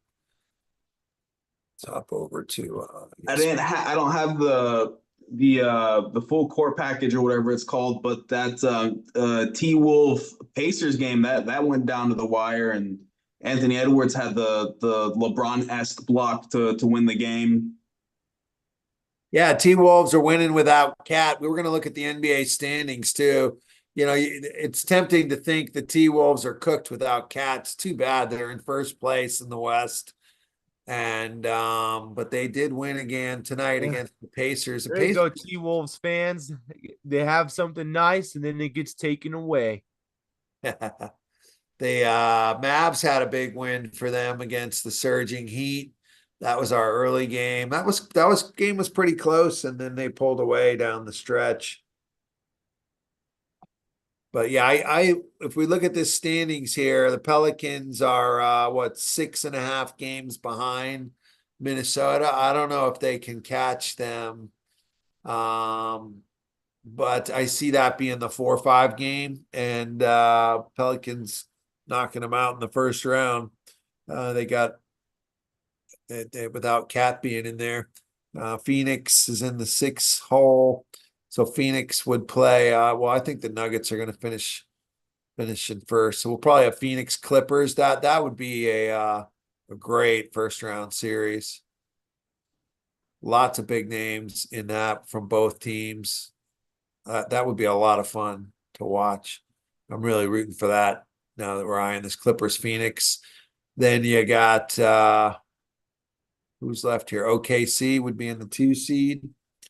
Maybe they get the Kings, or if the Lakers and Warriors can get out of the play-in game.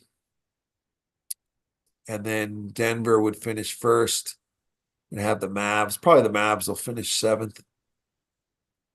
They'll probably finish ahead of the Kings. Haven't seen much of what's going on with Sacramento. They won tonight, or no, this game's still going on. Yeah, they're barely beating the Spurs. That's not a good sign.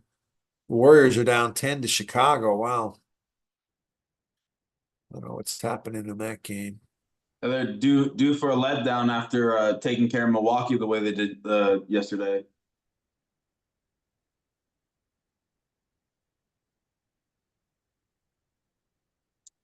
All right, well, we're heading into the fourth quarter here. I haven't been impressed with Tillman. They brought him in to kind of give them some hustle, some grit. I haven't seen him impact the game in any of the games he's been in, but I'm glad they're giving him minutes. Fourth quarter's underway here. I saw Isaiah just hopped on from YouTube. Good to see you, Isaiah. Have you been able to keep up with the game?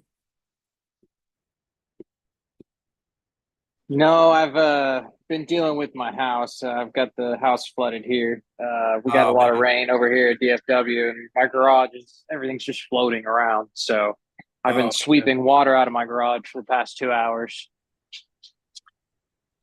All right, well, let's see what Boston can do. Jaylen Brown is on the bench right now, so this is Tatum's time. He had Murray on him with a post up, and they called a quick foul on Murray.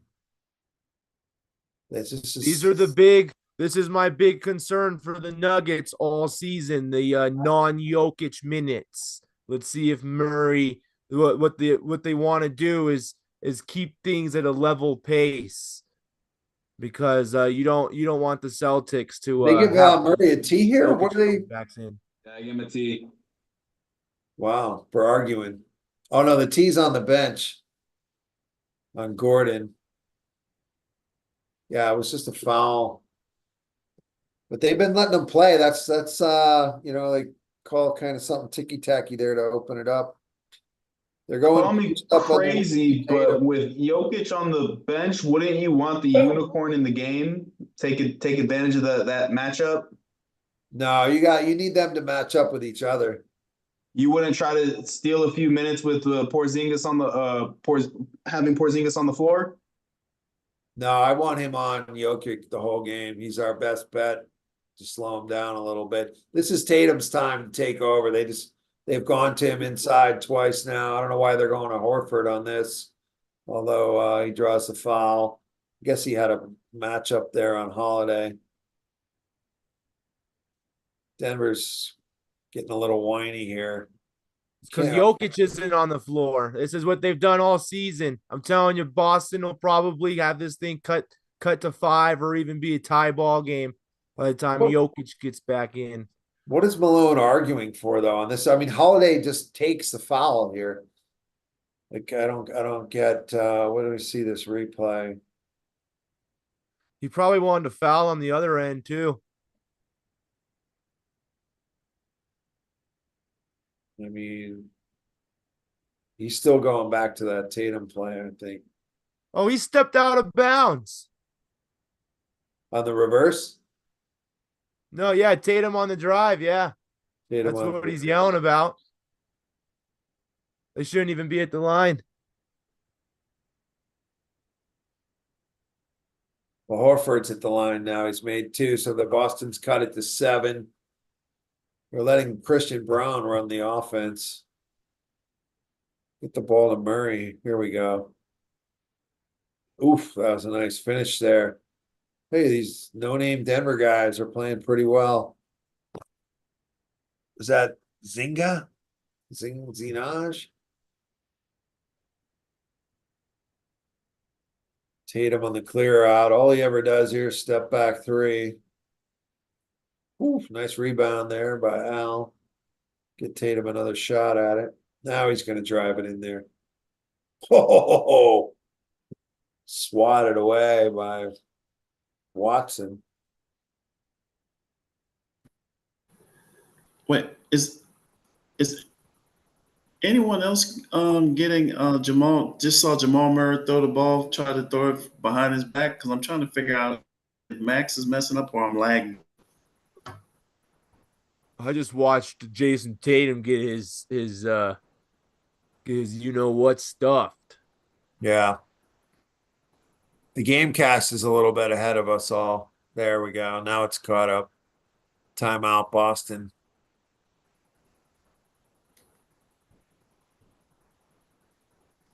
They're putting two guys on Tatum every time he drives to the bucket, and they're switching everything. I like Denver's defensive philosophy here in the quarter. Yeah, these no-name guys are playing well as a unit, controlling Tatum. I mean, I don't think Tatum's best spot is getting the ball outside and driving. I like when they went to the wing post up for him. That's where Paul Pierce used to make his living. And I think Tatum needs to get a little closer to the basket there. I don't like him settling for a step back three unless it's wide open. Hey, I want to give Levi in the chat some love. He brought something up about Allen Iverson saying that he would average 43 points a game, and Brian Windhorst basically was like talking trash about it. I haven't actually seen the clip myself, but he brought it up. Do y'all think that in today's game that AI could average 43 points? Right now at his age? Or you mean AI in his prime? In his prime, yeah. It could be possible. I mean, you know, Kobe averaged 36 that one season. James Harden averaged, what was it, 37, 38? I mean, if he's in the system that's calling for a lot of ISO ball on the Iverson cut and all that stuff, where he's the main guy, I mean, they're probably not gonna do much, but it's possible. Yeah, based on his skill level, I think he would lead the league in scoring. He's more skilled scorer than anybody that's playing now. And these guys nowadays are putting up 30s, right? What is SGA averaging these days? 35? 31, I think 31.1. So I mean, Iverson's clearly a step up from that. So that's maybe 36. But you got to remember, the team Iverson played on with the Sixers, nobody would shoot except for Iverson. Like he got every shot, every possession. They featured him, and they had like a bunch of bruisers in there, and those guys would not be able to play in today's NBA. George Lynch and Ratliff, the shot blocker they had back then, Eric Snow. Those guys would not be starting in the NBA. So the Iverson wouldn't be on a team where he gets all the shots. He's going to be on a team with some other guys that are shooting and scoring as well. So I think that part, would work against Iverson for his numbers going up. I just wanted to say real quick, I'm watching this game. I love watching Jamal Murray play, and it just made me realize the dude has never been to an All-Star game. He dropped two 50 pieces in the same series against the Utah Jazz. I think he averages more points in the playoffs than he does in the regular season. So he steps up in the big moments. I think he averages about 25 points in the playoffs, which is pretty darn good if you ask me. He didn't last year. He wasn't on last year's All-Star team because they were in first place last year. He's never been on an All-Star team. Huh. Yeah, that's that makes him the most underrated player in the league, in my opinion. All right, Porzingis is back out there now. Tatum and Brown. All right, this is it. The stretch run. Everybody's had their rests. I guess Tatum's going to play the whole fourth because they sure can't take him out now. You got 9.5 to go. He had a nice long rest at the end of the third. Jokic Murray, he's ranked 19th all time on career points per game in the playoffs. This is it. Boston's got all their starters back in with Pritchard, and Jokic is on the bench. Like they gotta cut the lead right now. They're going inside to Porzingis. You got Pritchard in there trying to rebound. That's not going to work. Still no Jokic. Yeah, I agree with you, Greg. If I'm the Celtics, You need to step on the gas right now and cut into the lead. All right, I knew that guy couldn't keep hitting freaking.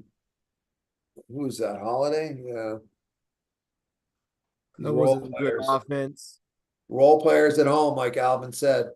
Oh, Brown just got pushed pretty bad there. And they just put a stat up on the screen. Celtics have 10 bench points this game. Their bench has been non-existent, did not show up this game. Yeah, Alvin called it. Benches on the road, the role players on the road tend to struggle. Denver's players at home have And I also want to know that Brown is cooking tonight, but you can't have Drew Holiday out there with 2 assists, 2 rebounds, and 2 points. yeah. That's not going to beat the. And Pritchard is over. They're not getting anything out of their guards. Yeah, they need all their players to step up. It seems like with these stacked teams, Oh, Brown with a nice steal here. Sometimes a start is Oh, the foul! Oh my gosh, Kevin that was Love used to do atrocious. that with the Cavs. Let's see if we can catch this play on the replay here. My gosh. Yeah. Looks like he went straight up. It looked clean to me. Oof. I don't know. We'll get the replay here on the second. It's coming up on my screen. It's a little behind. I agree with David. Looks like he just went straight up. Good defense. What else is Jamal Murray supposed to do right there?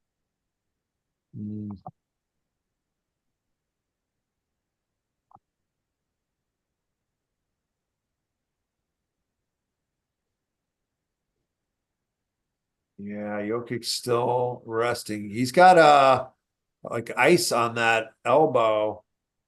Maybe that wasn't a flop. He got his elbow all wrapped up there. Man, if he's not coming back or going to miss any time, that changes everything.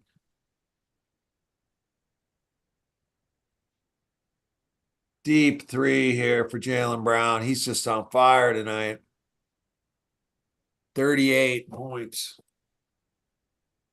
Boston's going to a full court press now. That usually doesn't work in the NBA. Jokic's getting a long break here. Can't just let him shoot wide open threes.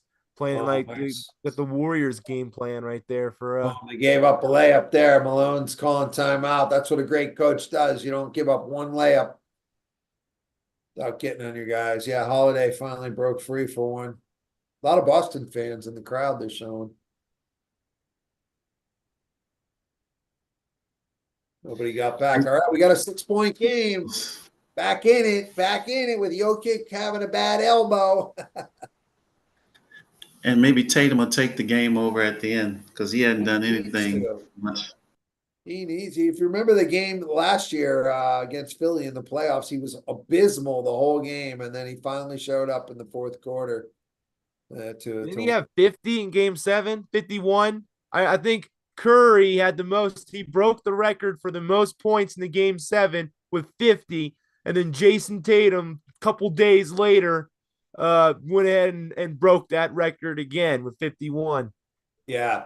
Game 7, he had 51. Game 6, he was like this. He was abysmal the whole game, probably worse than this. But then he poured it on for maybe 20 in the fourth quarter, and it carried right into Game 7, and they were able to beat Philly and riding so high going into that Miami series last year. Yeah, this one has lived up to the billing. I still, looking back to those Vegas odds, 420 to 420. I think that's a good, still great odds. If I was a betting man on those kinds of things, they don't offer those in my states, but I would take that right now. That way, no matter who wins the championship, Boston or Denver, I'm happy. Either I win, 4-1 or or Boston wins.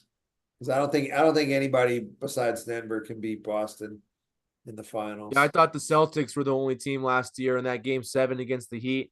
I was saying If the Heat win, the Celtics are going to win it easy. But if the Celtics win, then that could be either way. The Celtics were they matched up better against the Nuggets than the Heat did. And it kind of showed in that series too. I mean, the Heat, they were in it, right? But, kind of down like 8-10 the whole game, not getting smoked, but not winning the game, just hanging around. And that's who the Heat are. They hang around and they can come back and get you at the end, and playoff Jimmy exists. I like watching him in the playoffs. Oh, yeah.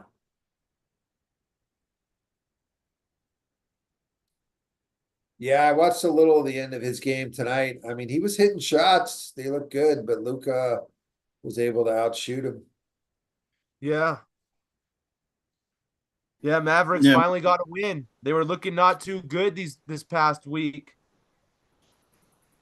We need the Celtics to be Mike Tyson tonight, and the Nuggets to be Jake Paul.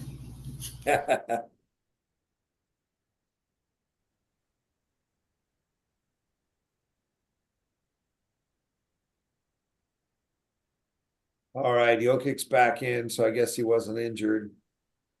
26, 10, and 9, one away from the triple-double. He's running the point. They got Pritchard out on him up top. Don't know what they're thinking here. He's just backing him down, obviously. What are they doing? Nobody came Yeah, to Dallas, the Mavericks, they've actually, since the All-Star break, they've had a defensive rating of 127.3, which is historically bad. What is Boston thinking here? They put Pritchard on Jokic and don't double. Well, this is what I'm thinking. They put Pritchard on Jokic to make him have to defend that dribble, to challenge his dribble. And then when he got frustrated and actually traveled, watch this. He might have But pushed they don't off call too. But I mean, Pritchard's all over him. Yeah, so I think they were just using Pritchard to challenge his dribble. Yeah, but then you got to switch or double or something. Once he goes in the paint, nobody came to help him. I don't know and he just gave away 2 points there, putting them on the line. All right, come on, Tatum. Almost threw it away there. Nice save by Pritchard. Holiday in the corner. Got to knock those down. Jaylen Brown gambled for the steal, and now you give up a dunk. Man. Peyton Watson. Who the heck is this guy? I think we looked at him. He's out of Arizona. 5 for 8. He's finishing the game right now. They got Yeah, he can play. they got what's his name on the bench? Jaylen Brown, heat check 3. Boston's just gunning, man. Now you're back down 10. All that work you did while Jokic was out.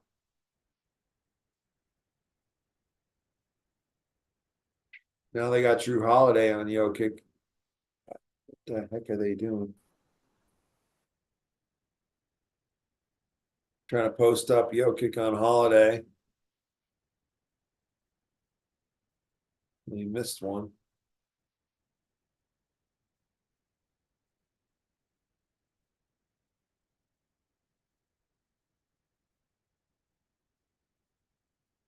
Man, this Watson, he must be like, was he their pick from this year? Or where did this kid come Yeah, from? he's I forgot about him. He can really play. Was he their He's first just round pick? He was, yeah, he was the 30th pick. yeah, he can play. I forgot about him. Nuggets looking like the best team in the NBA. The others always play well at home. Yeah, it's a home game in early March. Still a lot of season left to go. Yeah, I'm Wow. telling you, that's why the Nuggets are trying to ramp it up the second. They want to finish in the West, the #1 seed. They want the teams to come through Denver. Denver is a hard place to win playing at a high altitude like that, at the Watson Mile just High. pinned Brown. I mean, this guy's playing out of his mind. Jaylen Brown just got pinned at the backboard here by Watson. I think it hit the backboard first, honestly. That's gonna make Sports Center, Greg. What is with these like role players? First it was D Wade, now it's Watson. These guys are playing out of their mind against the Celtics. There's always a role player that steps up in every NBA game. The question is, which one is it going to be? Yeah, well, nobody's helping Boston here. Peyton Watson has been huge in this game. He's come in, he's made a huge difference. Yeah, I'm glad to see Porter back in. I'm sick of that Watson guy. There we go. Tatum with the steal on Jokic. He's crying for a foul. Oh my gosh. Holiday turned it right back over. His elbow looks fine. Oh, alley-oop. Back down 10 again. They just can't gain any ground. Denver's laughing, having fun out there.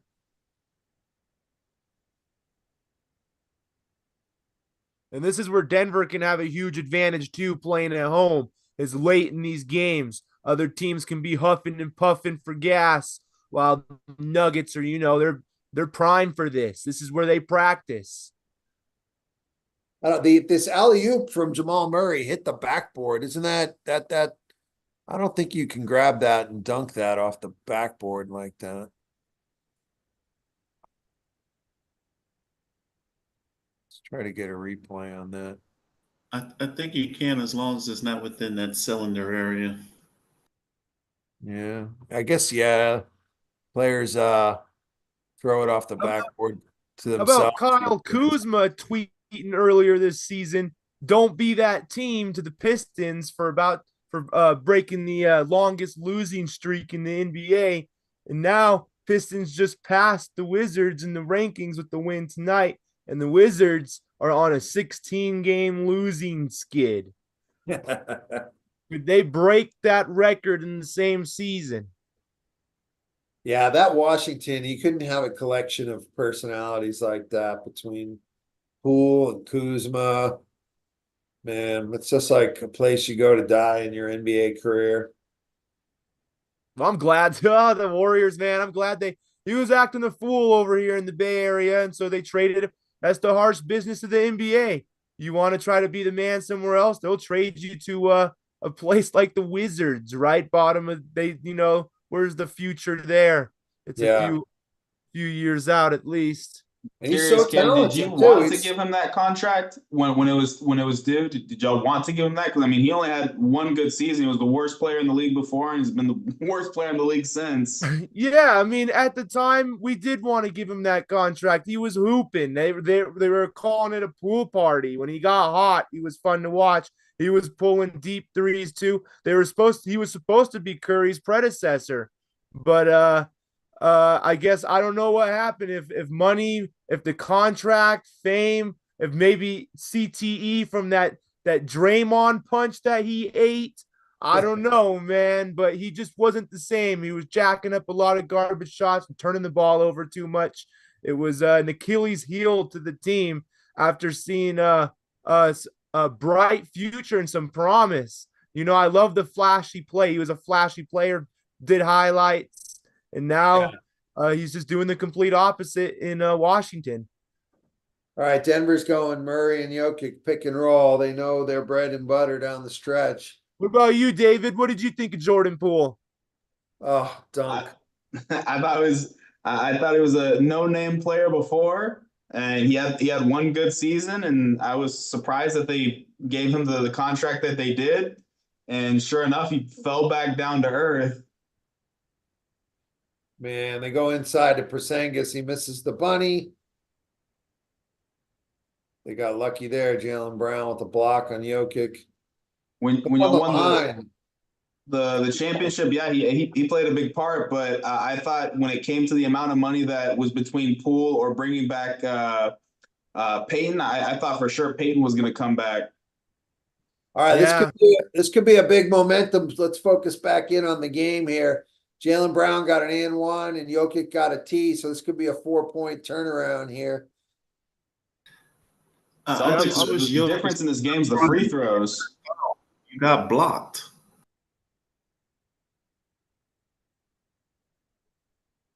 He he got deserved fouled. the tee the way he He got teed up for that. He got fouled though. It was a foul. Man, he's been pushing all game. Exactly. Let him play. Don't cry and whine about it. All right, they got it back down to 7. Porzingis missed a free throw that would have kept it. All I know is that's weak for giving him a technical on that. I see Draymond Green bark and yell at an official, and they don't tee him up. Oh, you should. I mean, anytime you yell at an official, that's a tee. That's an offensive foul. There's a little flop by Jokic. Oh, it's like they're giving him that call to calm him down. Jaylen Brown's balling though, 41 and 14. Can't hit a free throw to save his life though. That's the difference in the game. They've missed like 8 or 9 free throws. Can't do that as an NBA player. Got to knock those down. Jokic posting up on Holiday. I mean, what are you doing letting him guard him down low? Oh, that's terrible. Yeah, that's terrible. Why is Porzingis on Gordon and then Holiday on that was how they opened up the set. I agree with you, Greg. I get it. If he's out top, I get it. But at least Holiday came back and drove it in at Jokic. So 7-point game, 3.5 to go. They're in range here. Jokic got a triple-double. Yep. They need to stop it. And there's no Man, way I'm gonna let triple-doubles Jokic used to be rare. down in the court. Hey, Greg, can you post the link in the chat for Tyler? He'd like to join the Zoom. Yeah, sure. Appreciate you keeping an eye on the YouTube chat there.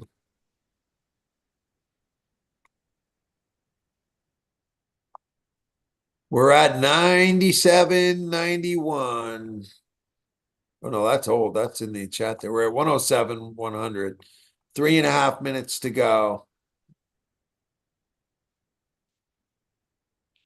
Excited to see how this one finish. Peyton Watson has been the X factor for sure. David called it. The Celtics had to come back down to earth with that loss against the Cavs and then possibly losing this game. I mean, they've been losing the majority of this game. Yeah, as great as the Celtics have been this year, it's 50-50 on whether or not it's almost 50-50 on whether or not they win on the road. They're coming into this game, they're 19-10 away from home. They've lost 3 or 4 home games. Well, 19-10, that's like 2 out of 3.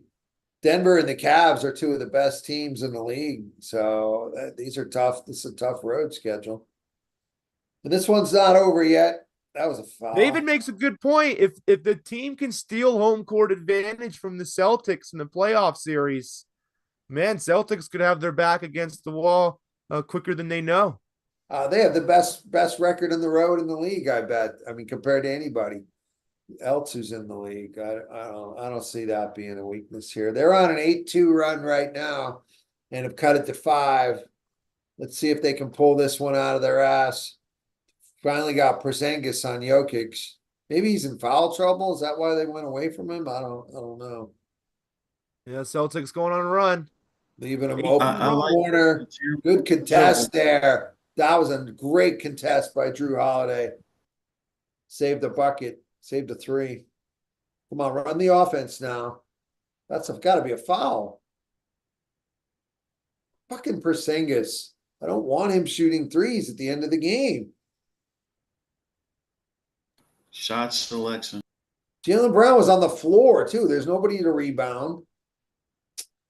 Man, they got to get another stop here. Worked last time. Porzingis forced Jokic to pass. Oh, nice spinning. Oh, my gosh. Oh, Aaron Gordon. Flush. Wow. We got to get a replay on this. But I'm ahead of you guys. Get ready to dial in. Jokic with the spin and then Gordon just flushes. Oh, wow. Woo. Here we go. I didn't even know. Gotta make the layup, JT. Gotta make the layup and get the end one. Woo! Dang.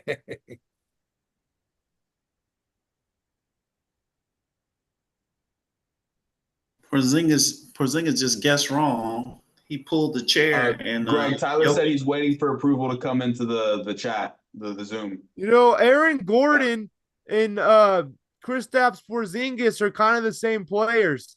They were all stars, number one guys at the places they were drafted. Didn't quite work out, so they got traded to contenders. Porzingis had to get a couple moves to get him to Boston. Right, he had to go to Dallas first and then Washington. But these guys were still both all pros, number Drew one Holiday. options, and now they're filling in the role player role, accepting that role player role to help their team elevate. Drew Holiday knocks down a three. Been quiet all game, but still And that's what confident you out need there. for him to get aggressive. He's too talented. What's up, fellas? How we doing? What's up, Tyler? What's up, Tyler? Hey, what's going on? Sorry, yeah, had some stuff to do, so wanted to join before the end of the game. Get some Yeah, just thoughts in in there. time for this exciting finish. Yeah. My dad always says he doesn't watch till the last 2 minutes. Yeah. No, Yeah. I saw. Is Jokic still hurt or no? No, he's back in. Okay, yeah, I saw he had something on his bicep or something. Maybe his He elbow. was grabbing his elbow. Was it elbow? earlier. Okay. Some with his arm. I don't know. I saw him grabbing it earlier. I was like, what is going on? You know, just give him some morphine, Vicodin, load him up on some painkillers, and get him back out on All the right, here we court. go. Let's Close out dial the in game. on this here. Yeah. Boston crowd seems like they are getting loud. They're going to Jokic. Of course, backing down Porzingis. No one's coming to help. Man, oh man. You gotta double him there. Ah, I don't know. Porzingis can't hang with him. He's too big for him. nobody. That's can what hang. I'm saying. That's what we're saying too. Nobody Yep. can hang. Joker, baby. Yep. Oh, fadeaway. Oh, Wow. God, they just got to trade 2 for 3. Holiday and step back 3. He's got the hot hand.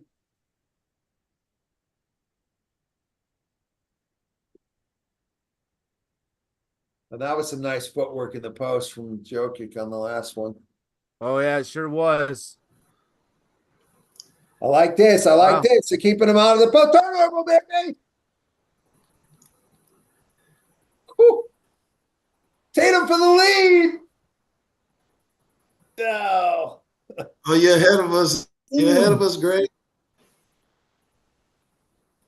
damn. You know, I took the Nuggets on the plus 1.5 too. You had Well, the Nuggets. got You smacked might in the need that face. point. The Nuggets were Yeah. getting points. I thought the Nuggets were favored. Nah, I didn't think so. Let me check. Yeah, you can take alternate options too. I think it was Nuggets -1. Yeah, it was the Nuggets were favored. Was it? I gotta double check because I didn't think I saw that.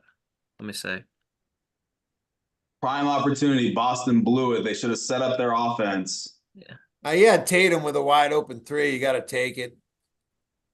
I don't mind. Oh, his that. foot was on the Nah. line. They're gonna take a point off, I think. No, I got My gosh. I don't even want to give it away. I had Nuggets at plus 1.5 from what I bet. Yeah, you can do that with DraftKings. You can do alternate lines. You can go negative, or you can take the points. Nah, I took it on FanDuel earlier. And it'll adjust the odds. They will not make the offensive call on Jokic tonight. And Unicorn keeps going down every time. Every time you double, they get killed on the boards. No, I mean, the Unicorn is in perfect position. Those Here should we be. go. Here's another one. Freaking Aaron Gordon again. I think they could end up taking. They're probably going to take a point off of Boston in this commercial point or this commercial break because Holiday's foot was on the line on that 3-point shot. Yeah, can they go Yeah. back far? That was several possessions again. Yeah, they can do that. If the foot's on the line, they'll have to take the point off. You can't count 3. Yeah, they'll go back. It happened in the Knick game the other night with Bogdanovich when he was actually out of bounds, and they did it like a while back after. And they take away the 3. But you know, if I'm the coaching staff of the Celtics, I'm filing this away if we meet them in the finals. because you have to solve this problem of what are you going to do with Jokic. So if you're going to make a decision to let Jokic get his, Jamal Murray and the rest of the crew cannot get theirs. Yeah. You have to find a way to body or make him uncomfortable, or at least make him play in the post on the other end where he's in foul trouble and he has to sit his behind down. They shouldn't have. Derek White. This is a good game. It would make for a That good and work on series. free throws. Boston ball. Is it Boston? Oh, his foot must have been behind the line because they didn't take the point off. It was close. It's Nuggets ball.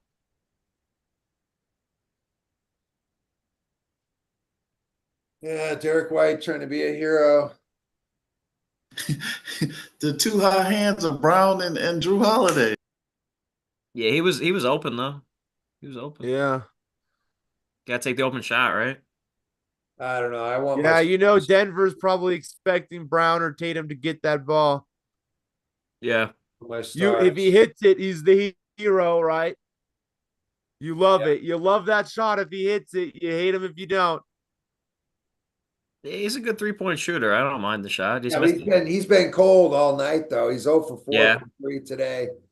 He's gotta know his spot. I feel like he didn't need that shot there. I mean, that didn't cost him the game. They were down 4 anyways, but it didn't help. But this is the finals I want to see right here. This is the finals I want to see. To me, this is Jokic putting the league on notice that he's rolling. I mean, Boston's the best defensive team, and then he just shredded them. Yeah, he shredded up LA the other day too. Yeah. I mean, Murray, honestly, most of Murray's points came when Jokic was on the bench, and they contained Murray while Jokic was out there. But every time they doubled, those guys crashed the rebounds and killed us. Watson and Gordon were killing us on the boards. And if you don't double, Jokic just gets a layup. It's unstoppable. Now I did Yeah, I like don't know if the Thunder can beat this. Horford being in the game earlier, so that might be something they might want to explore later. Yeah, putting another big in there. They took out Holiday early and went with Horford. That lineup seemed good on paper, but didn't really make much headway, and Holiday's hot now. Yeah, but Boston got nothing from their bench. They missed a few free throws. Tatum didn't have a good game. They easily could have beat Denver. You're not going to stop them. You just gotta outscore them. You gotta score 3 for 2 down the stretch. Hang in there and hope your threes get hot. You can't stop Jokic. You gotta let him go. You can't double him. Yeah, no, because he's just gonna pass the shooters and gonna hit. Or they rebound, or they kill you on the boards. Even worse than hitting open shots is Yeah. dunks. And that just goes to show you how many times have we talked about Jokic tonight. He's the star of stars. Tatum is supposed to be that, and he didn't produce tonight. I don't understand this play. It looked like Jokic threw it off. Yeah, I don't know what he was. I don't know what he was doing there.